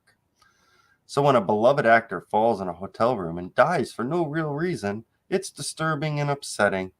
People try to create a story around it in part because they don't want to feel vulnerable, and in part because unsatisfying stories are unsatisfying. And people You're want really to write capturing. Keep better. that. I don't mean to cut you off, but you're really capturing the tone of the article. Like it's that reassuring voice that everything is going to be okay. And even though all those crazy people say all those crazy things, The crazy you're people going to on the be right. all right. Oh yeah, Yeah. no, I can talk like a liberal when I need to. But This guy's already lost me as far as the author. I can't take him seriously. yeah, but you do it very eloquently. You captured it. I hate that I even had to interrupt you to tell you how well you captured it. Yeah, So Richard. go get right along with your capturing. Okay. Richard got it. You know who wrote this joke of an article? It's exactly right. Okay. Well, let me clear my throat. All right. Conspiracy theories are also, though, spread with deliberate malevolence by people who hope to gain attention or political power. Republicans in particular have embraced anti-establishment messaging as a way to energize voters, as Amy Fried and Douglas B. Harris discuss in their recent book, At War with Government, How Conservatives Weaponize Distrust from Goldwater to Trump. Celebrity deaths are an opportunity to attack mainstream media and push conservative talking points. Thus, pundit Candace Owens catered to right-wing anti-vaxxers by recklessly and absurdly claiming, with no evidence, that Saget's death was somehow the result of the COVID vaccine. There it is. Yeah. That's the word that they didn't want to tell. That's the buried part of the art. That's why. That's the smoking gun. That's it right there. How recently was he? Was he hit in the arm? Yep. Oh, good golly. Yeah. This author. This is you could definitely tell just in some of the words that he's been using, like narrative, and he's talking to us like we're 5 years old. Is what he's doing. Yep. So that's what I'm doing. Like you're 9 years old and your mom just died. Yes. yeah. Those mean old Republicans and conservatives and Candace Owens, who I gotta throw under the bus because I can't say that she's a successful black woman. I'm just gonna say she's an evil conservative. Exactly. Oh, good golly. She's the insurance company that's not going to pay for the claims. Yeah. Oh, you want me to keep going?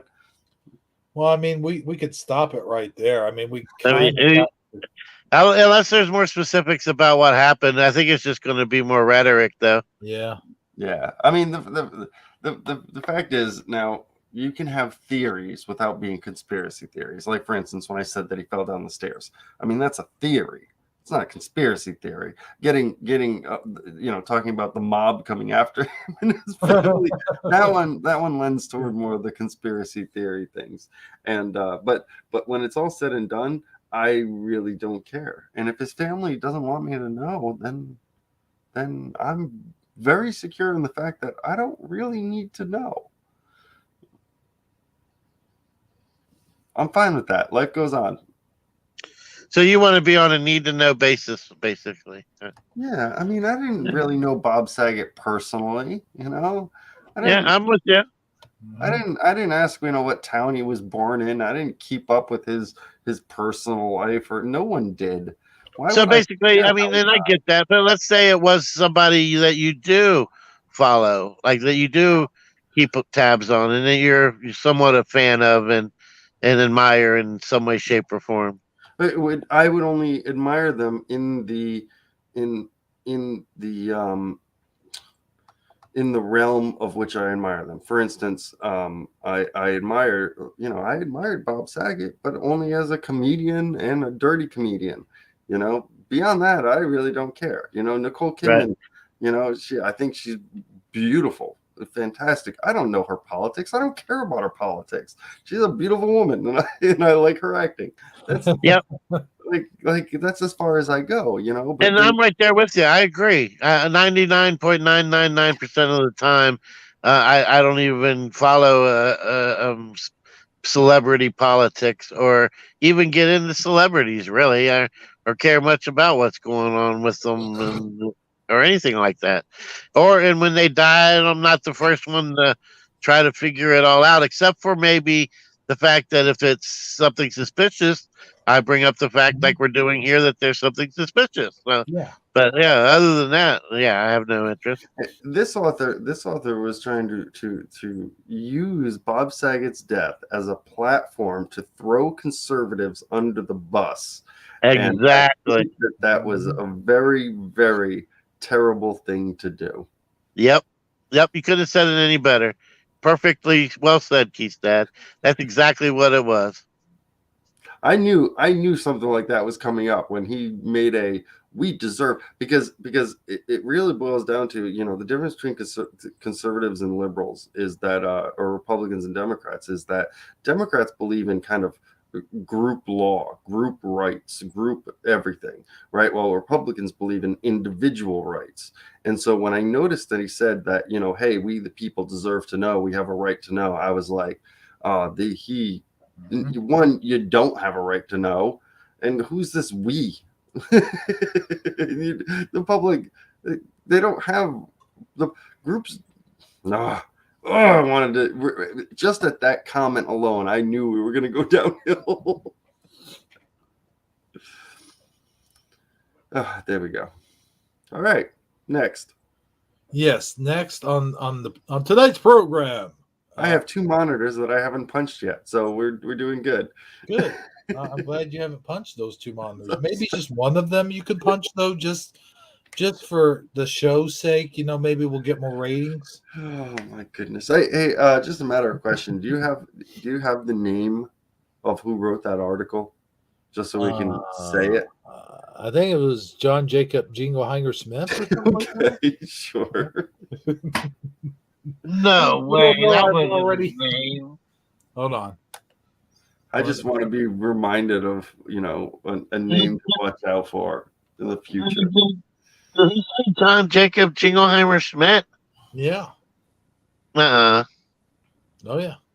Because his name is my name too, man. I don't. I've got the name here. Hold on. Okay. 1 second. Noah Berlasky. Noah Berlasky. Yeah, that's it. Yeah, see, I don't get this whole polarizing thing. I think you can like somebody and disagree with certain points of them. You guys ever watched the TV show? Not TV show. I think it was on YouTube or whatever. It's Adam Ruins Everything. Oh, it was on TV. Yes, it was a TV show, and then it was on YouTube. So, I mean, I loved watching that show, but I can have different politics than somebody else and still get along with them just fine, as long as they can do something besides talk about politics. Yes. I mean, I'm not going to sit there and disagree with you about politics all day. What would compel me to want to ever hang out with you again if all I know we're going to do is, dispute political ideologies, because that gets old after about 15, 20 minutes. I mean, I don't know. I've been doing it for 20 years with my mom, and it never gets old. Well, yeah, but it's your mom. But if it's somebody that's not your mom, it's a whole different story. I feel a mom joke coming on for some reason. No. But the idea is that Adam Ruins Everything. Adam is very liberal. He's very biased in his in what he does. He gives a lot of misleading facts. He doesn't lie, but he does give a little misleading facts to get you into a thought process that he wants you to get into that doesn't necessarily correlate with what he's talking about. But I still like his show. He's hilarious. And the guy's hilarious. He's entertaining. And he does have these little nuggets of fun information. So I don't like that polarization. Remember Star Wars where they said that only the Sith deal in absolutes? Only the Sith deal in absolutes. Conservative or Republicans. If you ever said this should always happen and that should always happen, then you're pretty much on the wrong side. And both sides. I used to use the term absolutes a lot, and I consciously forced myself to stop because I didn't want to be that guy that talked in absolutes, because I realized how simplified that kind of thinking is. That there is all that it's you sound simple-minded when you talk in absolutes. Yeah, you do. I mean, they're not to say that there aren't actual absolutes out there. I don't want to, but I mean, they're very rare. I mean, that's just what they are. To say, like, for instance, you think of any group out there, they talk in absolutes, and every single one of them does. And I that's why I don't belong to any group. And you know what? Both of my kids right now, or both of my daughters and my stepson, I should say, are all fairly liberal. Like I'm sure they probably voted for Biden, But you know what? I was liberal when I was their age, and I wouldn't expect anything less out of them. But I'm almost wholeheartedly feel that as they get older, they will and mature and their world and they become more worldly and start to have money invested in the bank and get more established in society and learn how to apply more discernment into things, that they will gradually become less extreme, more moderate, and maybe even eventually go in the other direction like I did. And because I would consider myself more moderate than anything else at this point, as far as like on the big scale of political ideologies. But at the same time, I when I was their age, it's a process you go through as you get older. Would you guys agree with that? Yeah, I do. I was, I grew up in Massachusetts, so I actually remember thinking when I was 17 years old that when I turned 18, because I was turning 18 in a couple weeks, that I said that I had to go sign up for the selective service for the draft. And I said, man, if I was ever drafted, I would break my leg on purpose so that I wouldn't get drafted. And then I joined the Marine Corps. Like, I mean, like I was such a different person. But as far as like when we were talking about absolutes, I'm reminded of the two big ones that are in the news right now, and they're both conflicting. You have the defund the police and you have the back the blue, right? They're both wrong. You don't need to defund the police and get rid of the police force, and you don't need to completely believe them at all times. Back the blue is just about the same mantra as the Me Too movement. Yeah, it's the polarized opposite. Yeah. It's the extreme. It's the extreme. Support the police. Actually give them your money and put a sticker on your car and put never doubt them. They're always right. Yeah, they're not always right, but you can't not have them. You mean, what are you gonna do? I mean, it's just a silly question to defund the police. And there are so many bad cops out there. I mean, I'm saying there's not good cops, but there's the ratio is way too high of sergeant kickasses. Yeah, and to think that, because if you say back the blue when a police officer does something wrong, well, now you got to double down on your statement of back the blue, and you now have to be the bad guy and back the guy who did something wrong. I mean, but I get it. They have to deal with assholes all day, and eventually, tempers are going to boil over, and somebody's going to have to take one for the team. But I mean, that's just the way humanity works, right? But it just does not seem like it's like, I don't know if it just seems like it gets worse and worse and worse as our society becomes more submissive to the police. Then the police take more and more advantage of their power and ability to not be questioned, and they abuse their power in so many different kinds of ways. I mean, there's just so many tales and videos of police getting caught being assholes. I actually have a presentation later on the show where I'm going to show just that, where when they came to shut down Ottawa, the way they went about doing it. Yeah, there's no book that says you can't respect police officers and want to hold them accountable. Nothing says that. You can do both. Yep, I totally agree. You can support the troops and not be for the war. Exactly. Exactly. There was like I said, I'm a Marine. Semper Fi. Back in 2003, 2004, we had El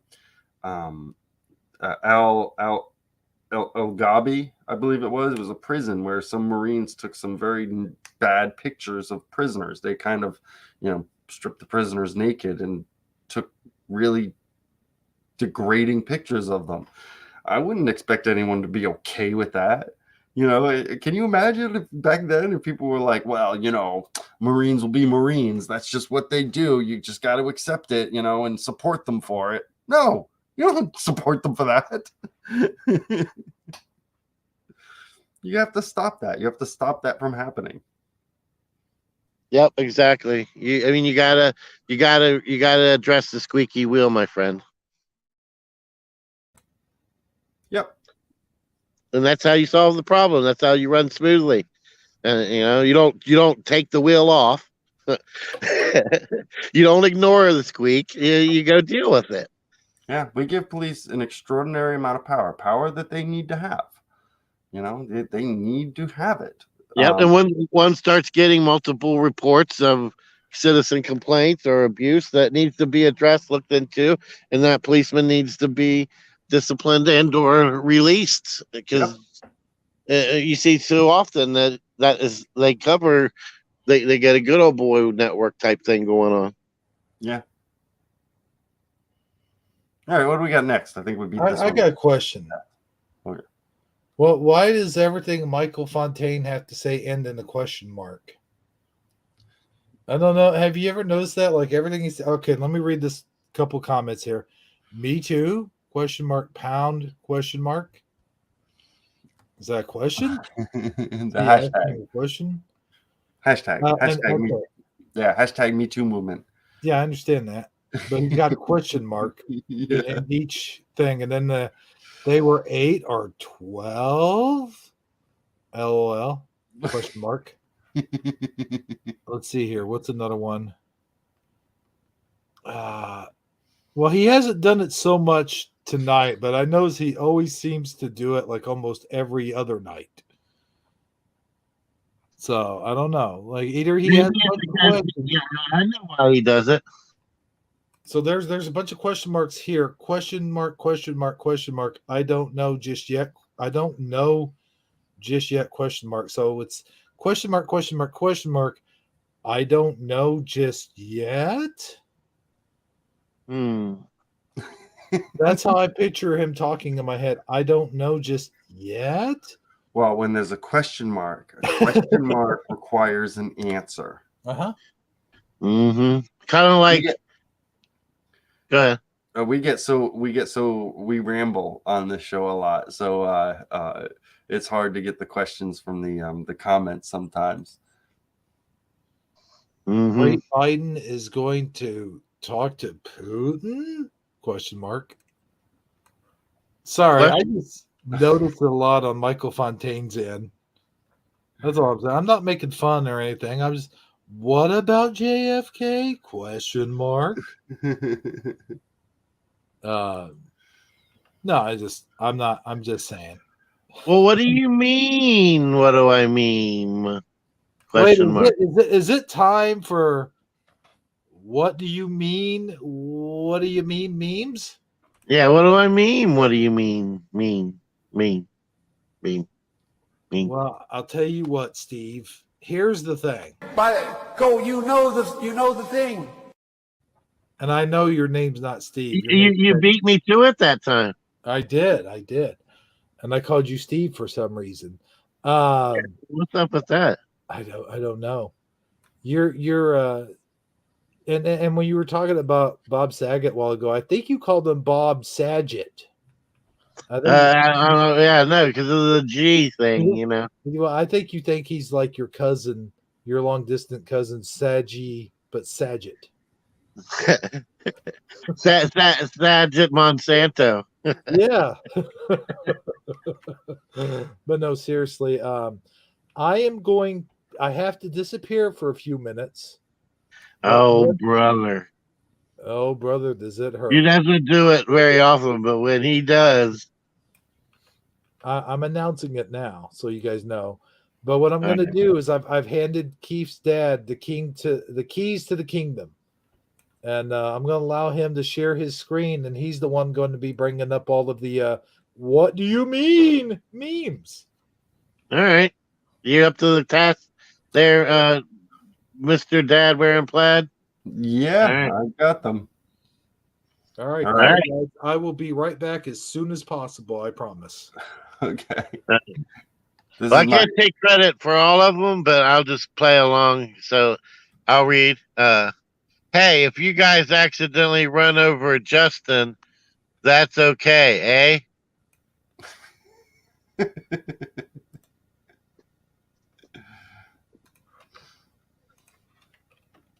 Who's Justin? No, I'm just kidding. I know who Justin is. All right. When do we get our packages, Daniel? Aren't you a healer? When are you going to let us breathe again? I don't get it. Can you explain it to me? When do we get our packages, Junior? Aren't you a healer? When are you going to let us breathe again? I think Justin Trudeau has called himself a healer before, and letting us breathe again would be the equivalent to not wearing masks. Yes. And he's not getting packages because the truckers are not delivering them.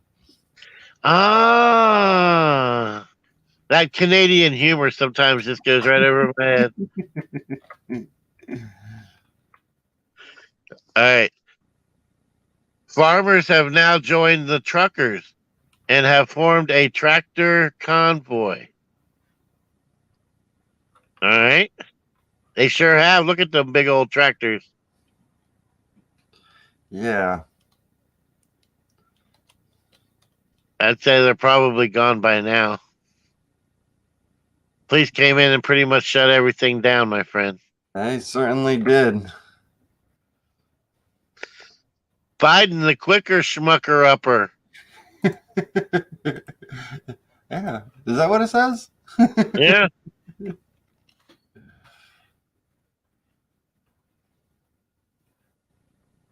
All right. I'm sorry. All right. Me arriving at work, willing to be a better person. 1 hour later. Rawr! I mean, that one's so true.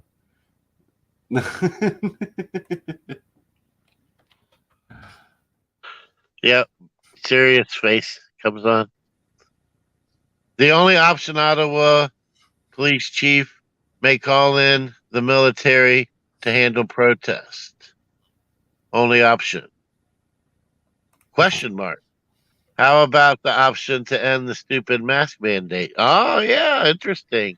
You know, I've heard rumors that the United States is going to start a whole trucker thingy, but I actually have the map. I'm going to show it here in just a few minutes. Oh, okay. The plans for it. Then I'll wait. All right, let's go to the next one. Let me get the whole thing.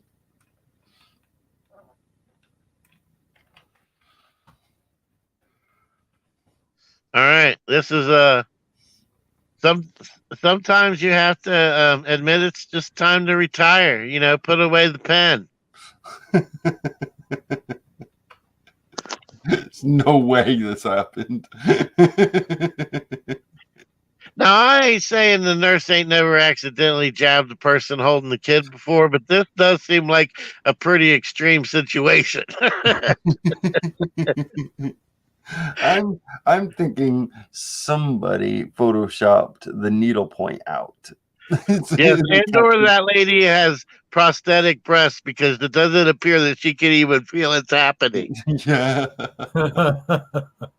Oh man, I gotta tell you guys have got to try Hershey's. What's it called again? Hershey's Sensual Cupcakes. Man, those things are so good. Do they give you that Pfizer smile, my friend, when you eat one? I get that Pfizer smile every time I have a diabetic attack, my friend. Oh, okay. Well, yeah, you know exactly what that smile looks like. Yeah, I mean, you know, you take a sip of your coffee, it spills all down your chin. It's horrible.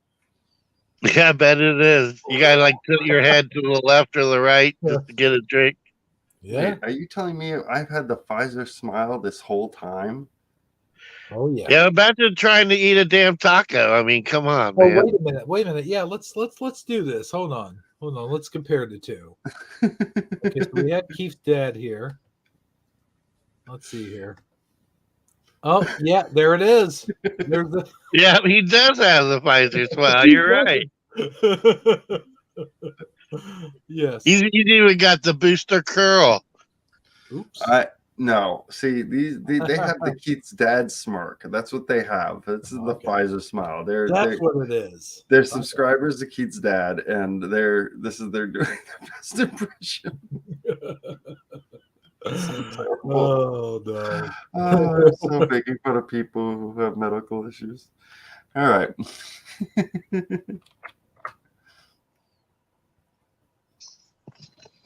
All right, so this is moms before asking what their kids are reading in school. And to your right, you have mom after finding out what's in their kid's school library. Yeah. Yeah. Mm-hmm. I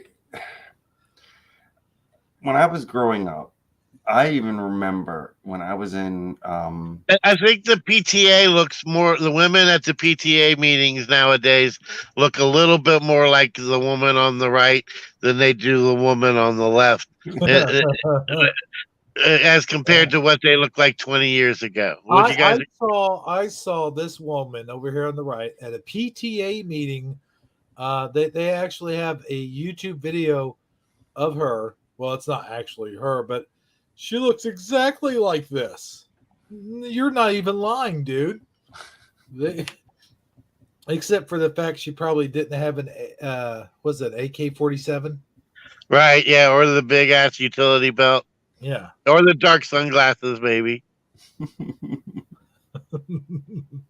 Oh wait, that's an AR-15, isn't it? Yeah, I really, and I think you had a AK. I think it was an AK. I don't know, but when I was in middle school, I wanted to go read Romeo and Juliet, and I couldn't read Romeo and Juliet because it was a high school level content. So they didn't have it in our library in middle school. Romeo and Juliet, because I had suicide in it. Oh, yeah, that's such a tragedy, Keystad. That's a double meaning.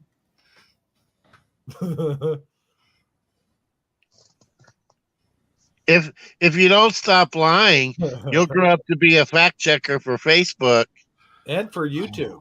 Yeah. You think I can see me telling my kids that when they're little? Yeah. Oh, is that what you're saying, Phil Fire? The PTA moms, those are mass YouTuber subs? Is that what you're saying? I would agree with that statement. You know, it's funny. Connie Joe could sit through all of these, as nasty as some of these are, and and be just fine with them. But as soon as Well, we why? start Why? getting- But as soon as you start your toilet humor, she's got a problem with it. Yeah, I know, right? No. and how many years have we been doing toilet humor? I think we've done it before. I mean, Yeah, more than once. I try to drag us out of that sludge, but you're just like a dog when it finds a mud puddle. You just like to throw the paws all up in it. man, yes. I'm 41 years old, which means I've been doing toilet humor for about 41 years. Wow. Since you were a baby, huh? Yeah. Cool. So yeah, moving on here. Oh my god. Speaking of toilet humor, Yeah. what the F? This is the moment when Barbie realized Ken was a liberal.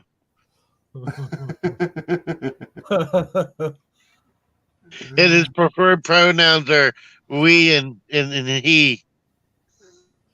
I love how she's got her hands out like. Uh-huh. Where? What? Oh, there she is. There's Connie Joe. See?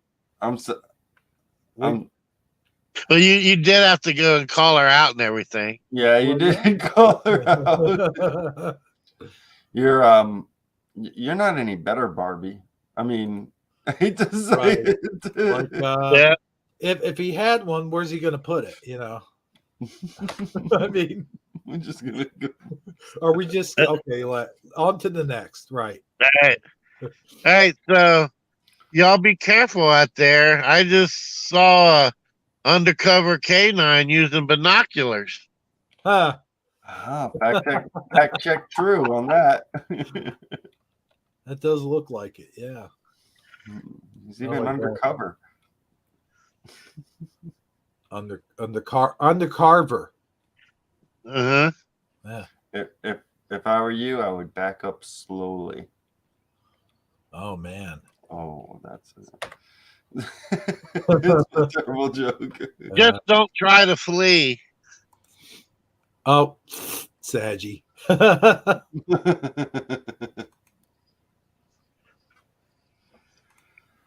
When you're eating at Olive Garden and someone says, compliments to the chef. It's a microwave. That is so true, man. You know, being a real Italian, when they say real Italian, I have to laugh. I laugh so hard that like snot comes out of my nose and I pee myself all at the same time. I mean, it is just so ridiculous them calling that real Italian food. I'm sorry, but no. Is it not? I don't go to Olive Garden very often because I'm not a big pasta fan. No, but I do like the unlimited soup and salad for lunch sometimes. We got unlimited breadsticks. If by breadsticks you mean like stuff you can get in the frozen section of the grocery store. All right, now it's important that you don't skip ahead on this one. Yeah. Because the next one is the reveal, so don't go ahead. How many people in chat can make sense of this image? The question is, you can't just post a picture of batteries and expect people to understand it. And then this is an example of somebody trying to defy that theory. So we'll give them a minute, guys. Keystone, you and I already kind of discussed it. Hebrew, I don't know if you were listening or not. Are you able to make any sense out of this battery, the way they have these batteries laid out? I know that one set of batteries is pointing to the other ones, and the other ones are angry at him, and they're just like yelling at him and stuff. Oh yeah, I think you're spot on. If that wasn't good enough clue for the audience, I don't know what is. I mean, as I was scrolling down when I was reviewing these, I knew exactly what that was the moment it was posted. I mean, it was very obvious, but that's because I've seen this meme 100,000 times. Yeah, it's been used quite a bit. We've even had it on this channel a few times. Okay, I see what it is. Okay. Yeah, I have seen that meme 1,000, 100,000 times too, my friend. Yeah. Yeah. The the one with the cat and the woman. Yep. Okay. And it's from a show. I just don't know what show it's from. Like something that was on Bravo or something. Housewives of the Real Atlanta. Wait, Yeah, no. probably something like that. I don't know. If anybody knows what show that classic meme is from, put it in the comments. And let's see what the comments has to say, if anything. The cat shaming. Yes. Pile of fire.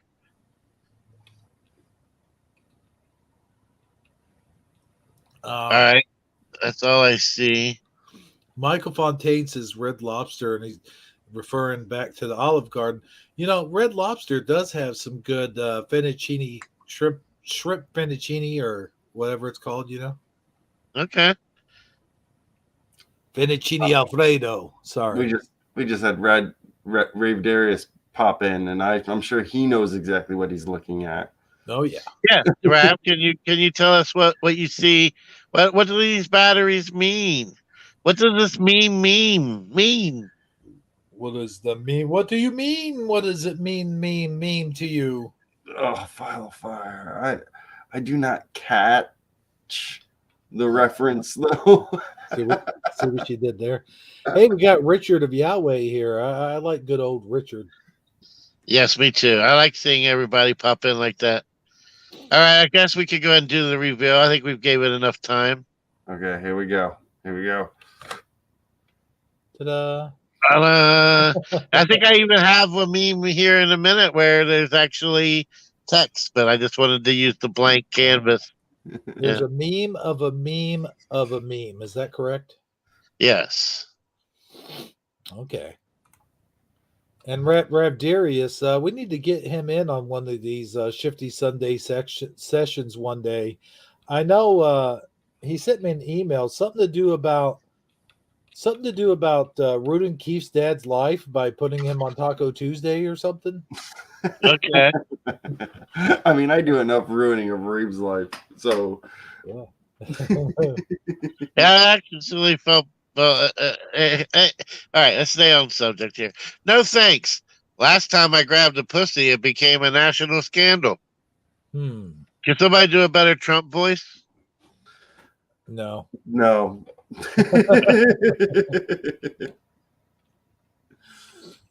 Of all the voices I could do, Trump is the least. I like this one. I saw this one earlier. This is good. Well, I lost my job during the pandemic, but I'm feeling pretty good about my chances for Supreme Court. Yeah. I can't imagine why she feels so good about those being. Why do you think she feels so good about being on Supreme Court, guys? Affirmative action. Sorry, I don't. Because of her genuine smile and her sound judgment. No, well, maybe. Maybe. I mean, you never know. But I think it had something to do with. Hold on, I'm going to sneeze. Affirmative action. Yeah. All right, let's keep it moving. Okay. Excuse me, guys. I don't know what got into me. How Trudeau thinks he looks, how Trudeau really looks. Crickets? I'm saying, yeah, I mean, that one. I mean, he's been beat to death. Yeah, I guess you're right. Okay, that was his exact words right there. Bring chaos to your world. Well, one last Trudeau joke, I guess. Isn't there enough chaos in your world, Keith's dad, or am I mistaken? Well, what's going on here with the chaos? There's never enough chaos in my world. Just bring it all. It's an odd-shaped potato, bro. It's a dictator. I see what you did there. Rab, he deserves more. Oh man! Get this one off the screen, man. Yeah, really. I think that's our last one, unless we're going with the map now. Yeah, let's go ahead and bring up the trucker map.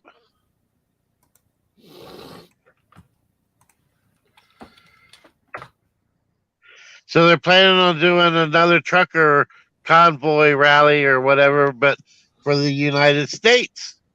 And it's supposed to start on February the 23rd. And this is the information. Let's see what it says here. USA Freedom Convoy 2022. All truckers and allies. Let freedom roll. The honking stops when freedom improves. Oh, that doesn't even rhyme. It should be the honking stops when the mask drops. For more information, go to No, wait. the People's Convoy.org. That's where you guys got to go to get more information. The honking stops when the jab drops. How about that? All right. Ooh, Barstow. I used to live near Barstow. They have Dunkin' Donuts there. It's very nice. All right. It's like Well, that's Dunkin' probably Donuts you in probably see California. some truckers in there the next couple days. It I is. know what Michael Fontaine's referring to. He's trying to do a Scarface impression. He's going, he's a cockroach. Cockroach. Yeah. So, what do you guys make of all this trucker convoy stuff? I mean, I honestly think that if anybody has enough leverage, and any workforce in general has enough leverage to have influence, it's the truckers, right? I don't think what's happening in Canada can happen here. Well, we're about to find out. We're lifting the mandates. The mandates are all being lifted now. Yeah. I mean, they are. So you're saying that there's no need for it? I mean, by the time they get to Washington D.C., you just turn around and go back. All right, but I mean, will it make a difference? What the heck is that, Phil Fire? Cock plant?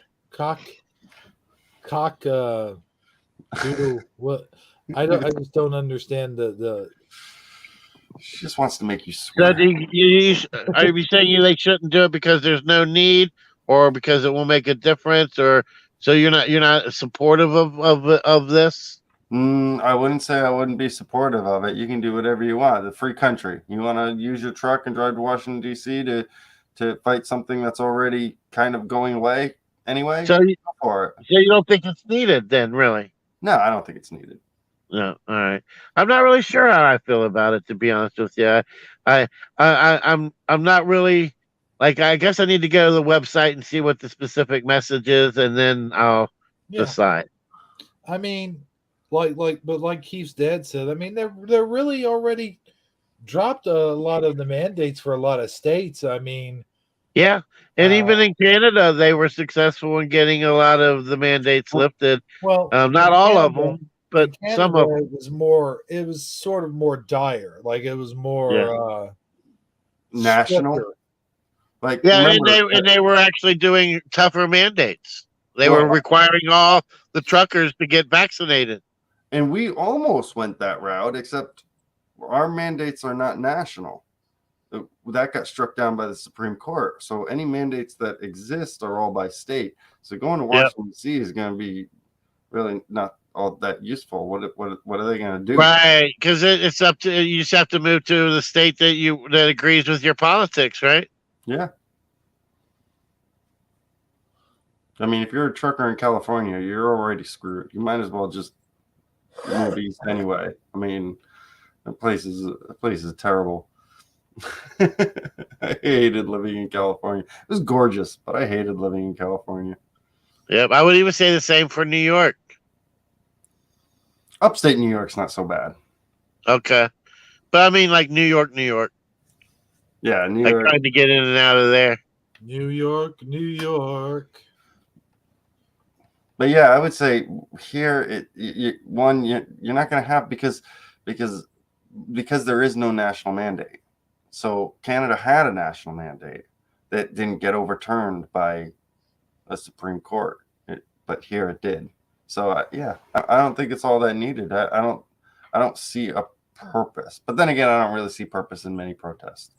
No, honestly, I don't. I'm not familiar enough with what they're trying to accomplish. I think I'll reserve my judgment for after I do a little more research. But right now, like you said, I don't know what the big what they think they're going to accomplish. If it's already been overturned by the Supreme Court, there really isn't anything left that I can think of, unless they're trying to get rid of the mask mandates as well. That's true. Yeah. I just think we want to, we're Americans. We like to do things bigger and better. And they go, oh, if Canada can do it, we can do it too. Yeah. But I do know that like the Project Veritas recently released that video of the FDA guys talking about starting they're leaning towards making an annual shot that everybody has to get. That basically if you want to be part of society and be accepted in at your job and all these places, you'll just go ahead and just do it. They might not actually mandate it, but you're going to be frowned upon as a second-class citizen if you don't. Yeah. And I mean, and I think that's kind of like where this whole thing, all of this is kind of leaning toward. I don't even want to say the specifics of anything specific as to this specific details of the specific pandemic. I mean, just the government in general seems to want to go in the direction of having that influence over us and making it so that this is something that is going to be required going forward in the name of quote unquote public safety. And I don't agree with that thought concept in any way, shape, or form. And I would be all about protesting against it. Yeah, there's a lot of countries out there where protesting, does need to happen when it comes to this stuff because I always, I'll always err on the side of more freedom. That's just what it is. And but for the United States, I mean, we already won. Some countries don't. Some countries haven't. Some countries they're pushing this and taking away people's freedom to choose. But that's not happening here.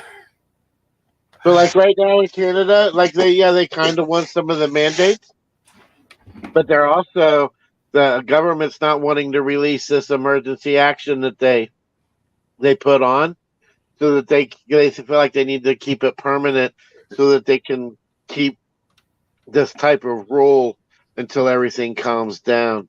Now, if you came to me and said, hey, there's going to be an ambulance convoy, and a doctor convoy, because remember, the Supreme Court did knock down the mandate nationwide except for healthcare workers. So if the healthcare workers wanted to have a convoy, I'd be all for that. That's exactly what you need to do, because I still think that's unconstitutional. But yeah. Let's watch this videos now. What else do I have images for, if anything? Let's see, where are we? This was next. All right, yeah, let's do the link right above that, or the links above that. Oh, there's a link above that? There should be 2 or 3 links. Oh. Sausage. Let me go back. I'll go back and look. I'll tell you exactly which one. Hold on. This is a tweet.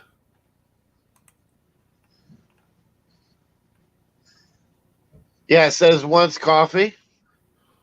You have to turn the volume up. It's that video right there. Yep. This one. You're partaking. You walk Right up now, to you're me. in. Well, I just want to get a coffee, okay? Why Can I is the get a camera coffee? in my face right now? Are You you You can full partaking? screen it if you want. walk Right up now, to you're me. in the red zone. I'm scared. I want to go for a coffee down there. But Can I go where's for your a coffee? residence? You're being arrested right Do you now. live Pause it right there. You're No, not I live excluded here, from but that. I'm. Where do you Hold live? on. Pause it right there. Time for you to leave. Put I it on can't full even go screen down so there we for can- a coffee. No, Go grab your you're stuff in the and red leave. zone right now. If you don't leave right now, you will be arrested. Do you understand me? I can't go for a coffee. Grab yourself, because if we see you, we'll be patrolling all day. If we see you again, it'll be different. Oh man. Leave. I tell you, take your camera and get out of here. Do you understand that? Walk away. Your phone doesn't need to be in our face when you're walking away. Go. Please have my phone. Are you gonna walk, or are you gonna get arrested? I was Go walking now. away. Get out of here.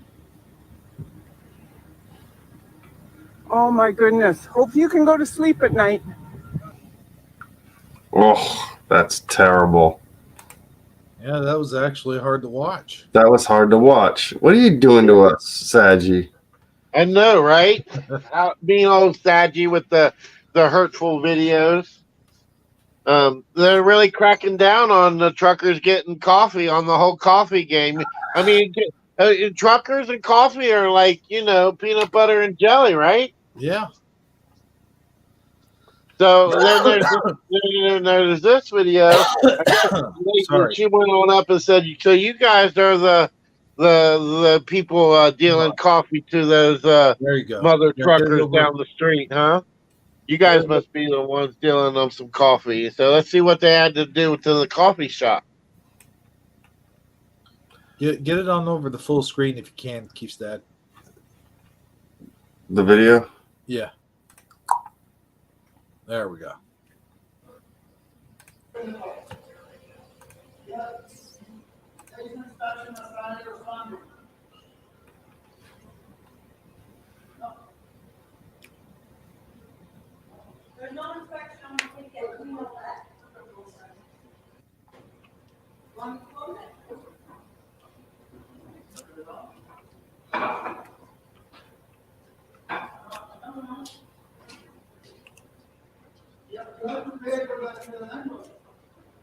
They're saying that they're going to break it. No, they're just doing it for spite. No, doing it for spite. You have to show your face.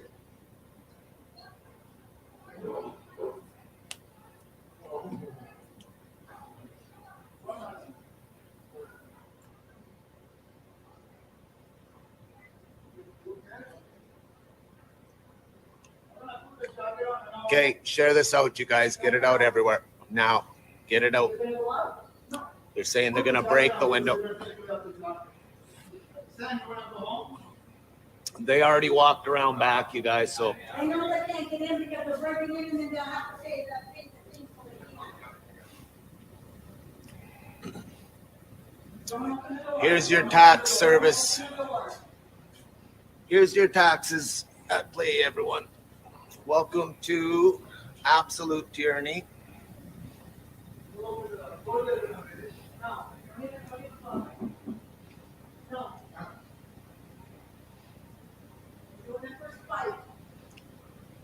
I'd like to know who that lady is.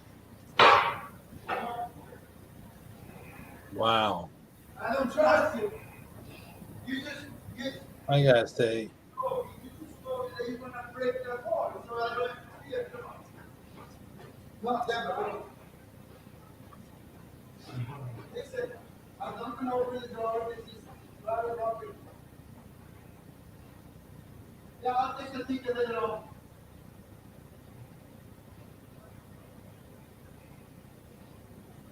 Tell him you can't hear it because he's wearing a mask. Keep sharing this out. I've got to say something. I got to say, this is hurting everybody. This is hurting not just the people, not just the truckers, but the civilians as well, and as well as the businesses. I mean, think about what it's doing to the businesses right now in Canada or Australia or wherever it is. But I mean, honestly, the businesses that stayed open flourished when the truckers were there. They spent lots of money. Exactly. They didn't burn anything down. But it's when the police came that everybody got scared. Yeah.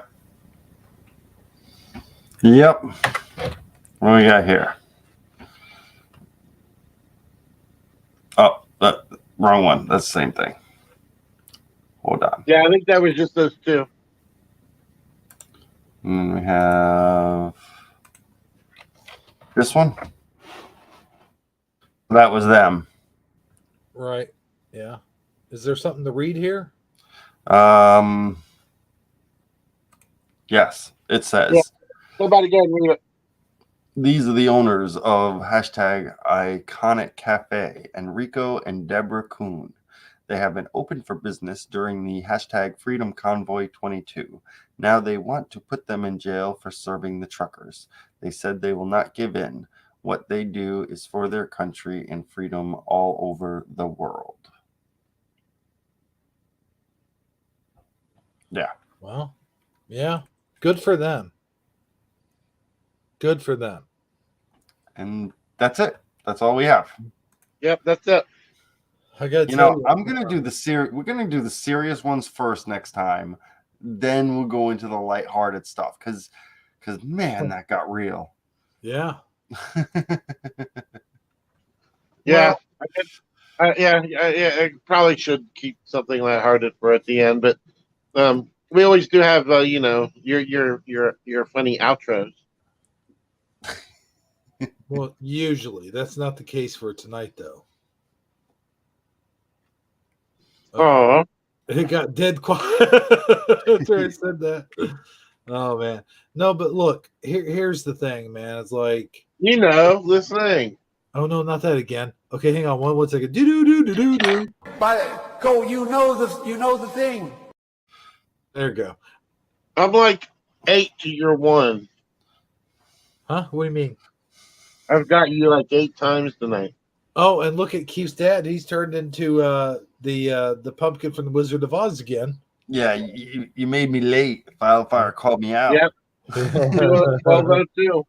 Oh no. Yeah, you're 2 minutes late. But no, the deal is like you see these police officers acting all crazy like they're the ones enforcing this shit. All they would have to do in reality, which I'm not sure they're able to do it.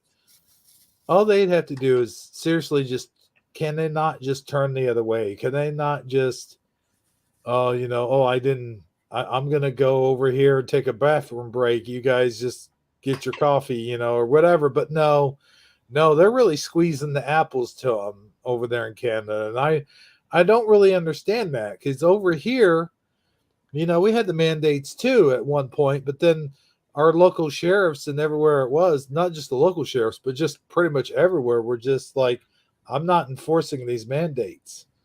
They said that at the beginning. And I do realize that, they don't have anyone they have to answer to, and the Canadian police do, but I don't understand all this. Like, why are they looking at the truckers as terrorists? That's the part that doesn't make any sense to me. Because they were told to. This is a common. You remember the movie A Few Good Men? Yeah. You can't handle the truth. Well, if you remember what the actual story was about, it was about these 2 kids that played a code red on another kid who wasn't up to par, and they were told to do it, and so they did it. And then the Marine Corps, you have this mantra of you do what your superiors say or people die. It's a very common phrase. It's mentioned, and the police have that same mantra, the National Guard, all that stuff. You do what you're told or you die. Now, if you remember at the very end of it, they were found not guilty of murder because they were told to do it. However, they were found as unbecoming of a Marine because it's technically their job to protect people, like the kid's name was Santiago, to protect the people like the kid that they ended up doing the code red on, and they failed him, and because they did what they were told. And so that's what the police are doing. The police are they're in my opinion, they're the same type of criminals. They're unbecoming of a police officer because even though they're following orders, they're supposed to protect this kind of activity. Yeah, it's not lawful to ignore an unlawful order. So they have to decide for themselves. The policemen need to decide for themselves: is that order unlawful? Yeah, Richard mentioned terrorism offenses. So the reason why that they call them terrorism is because you have to the prime minister found out he has very little power. The only time he has power is during emergency procedures. And so what he does is he just called it an emergency, called it a terrorism, and all of a sudden his powers come in, and he can play the cards that he wants to play. Ooh. And that's why they don't want to release their emergency powers now. Yep. That reminds me of Star Wars, where they released emergency powers to the Chancellor. That's exactly what they did. That's exactly what happened in Canada. Mm-hmm. Oh, wow. Yeah, now those memes kind of had new meaning to them, the Darth Vader memes. Wow. Yeah. So yeah, that's messed up, dude. So now that he has those emergency powers, it's kind of like a loophole where now he has ultimate power, right? Am I wrong? That's exactly what he's doing. He's abusing a loophole. That's why they call him a dictator, because he called in the emergency powers. That's why he calls them terrorists. You know that everyone knows they're not terrorists, right? But you have to call them terrorists, otherwise you don't get the emergency power. Yep. And now they're going so far as to freeze everybody's assets that was there.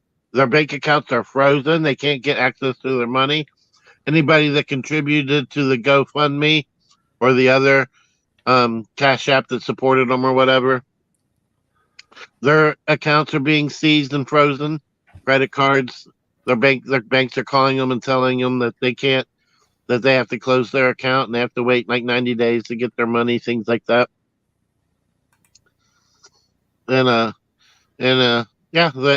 that contributed to it at all in any way, shape, or form is considered a criminal. Yeah, that's freaking terrible, man. That's all I gotta say about it. Is freaking terrible.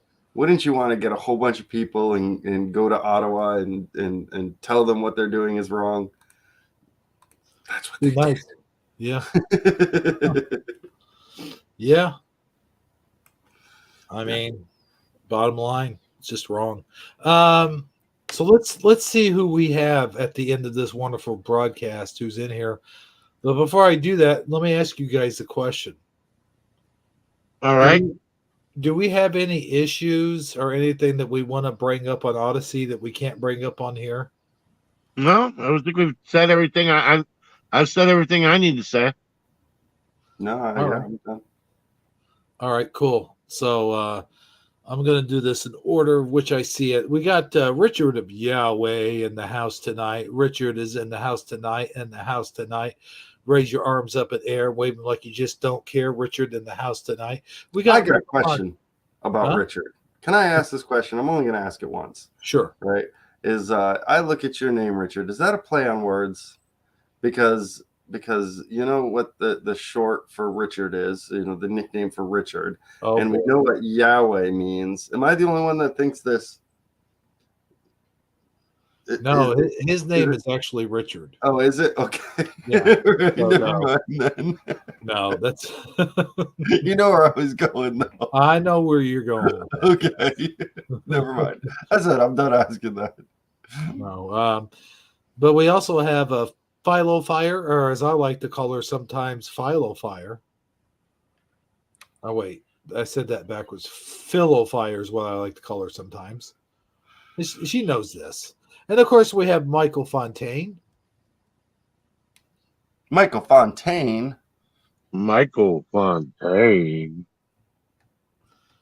We had Connie Joe. I think she's probably still listening. I'm not sure. We have good old Rave Darius. Notice I didn't say Rav that time. Yes, I do. We have, of course, let's see here. I know there's a few other people that popped in as I was talking earlier. Who are those people?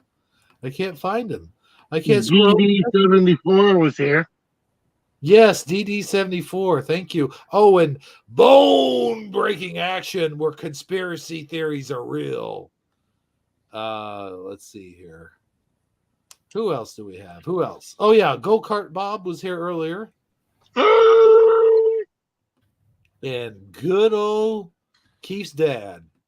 Hey, that's me. and Oromorivarax. I know I didn't say that right, but yeah, I came close, didn't I? Yep, and don't forget about all those people jerking in the Lurkers Lounge. Yes, we can't forget about those people. And of course, Nicole Ackerman. And you know what? Before we go here, I want to give one special shout out to a guy who's with us in spirit, and that's Armor Up. Because you know what? I think Armor Up deserves all the accolades that he can get, because that dude has been with us for as long as we've been on the air on the Shifty Sunday program. He is the one that came up with the name Shifty Sunday. So I'm going to go ahead and give him a shout out, even though he's probably not watching. Shout out to you, Armor Up. We do miss you, and we hope for a quick return. I do miss the good news. Yep, I'm right there with you, man. Big shout out, Armor Up. I love me some Armor Up, and got nothing but love for Armor Up. So, yep, that's where I sit on all that. He's my homie, you know. My Yep, homie. we've done a lot of great shows together. That's for sure. Oh yeah, over the years. What's it been like? 4 years now? Give or take a month or two, probably. Yeah. I think actually in March. March is coming up. That's our anniversary. So for all of you guys who like the show and support the show and giving it thumbs up and come in here and watched our broadcast, each and every broadcast, not all of them are going to be winners, but all of them are wieners. So this was definitely a wiener. Hey, I meant winner. Winner. Yeah, winner. But I got to tell you, man. What are you going to tell me? I'm going to tell you, I appreciate you guys for being good sports too. You guys are really cool at the silly questions I had there at the beginning, and I thought it was kind of fun. I don't know. Am I the only one that found it kind of sort of fun? No, I like those. Yeah, I had a great time. I mean, that part of the whole show was fun. And I want to tell everybody to come join us on Keith's Dad's channel and play with the dub and watch movies with us. I think Ebro's going to maybe do something like that on this channel sometimes too. But either way, man, it's just a fun game, and the more the merrier. So join us over there and have a good time. I will be on Keith's Dad channel on tomorrow night. Tomorrow night you're having a show, right? Oh, that's the game. The game's tomorrow night. Yeah. I'll be there. Now I can't be on the live stream and play the game because I'm only on one device, so it won't let me do both. Wait a minute. Oh, that's fine. Okay. But I can watch YouTube and play the game, so that's what I have to do. Okay. All right. So I will be there playing. Yeah, it'll be a lot of fun. I'm so tired. Right. He's like, get the show already, bro. Come on. All right. So with all that being said, we would like to wish you all a good night, and please drive responsibly out there. Don't make me have to give you a ticket. Good night, everybody, and we'll see you next time on what show is this again? Oh, who cares? See you next time, everybody. Do do do do.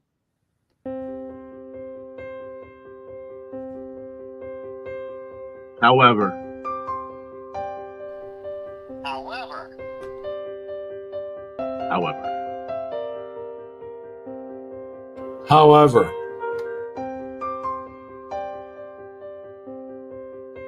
It's Shifty Sunday. I like Shifty Sunday. That hero guy, he's so funny. And he's sad, all dressed in plaid, and that Sagittarius speaking guy, he's a trip, man. That's just a cool show.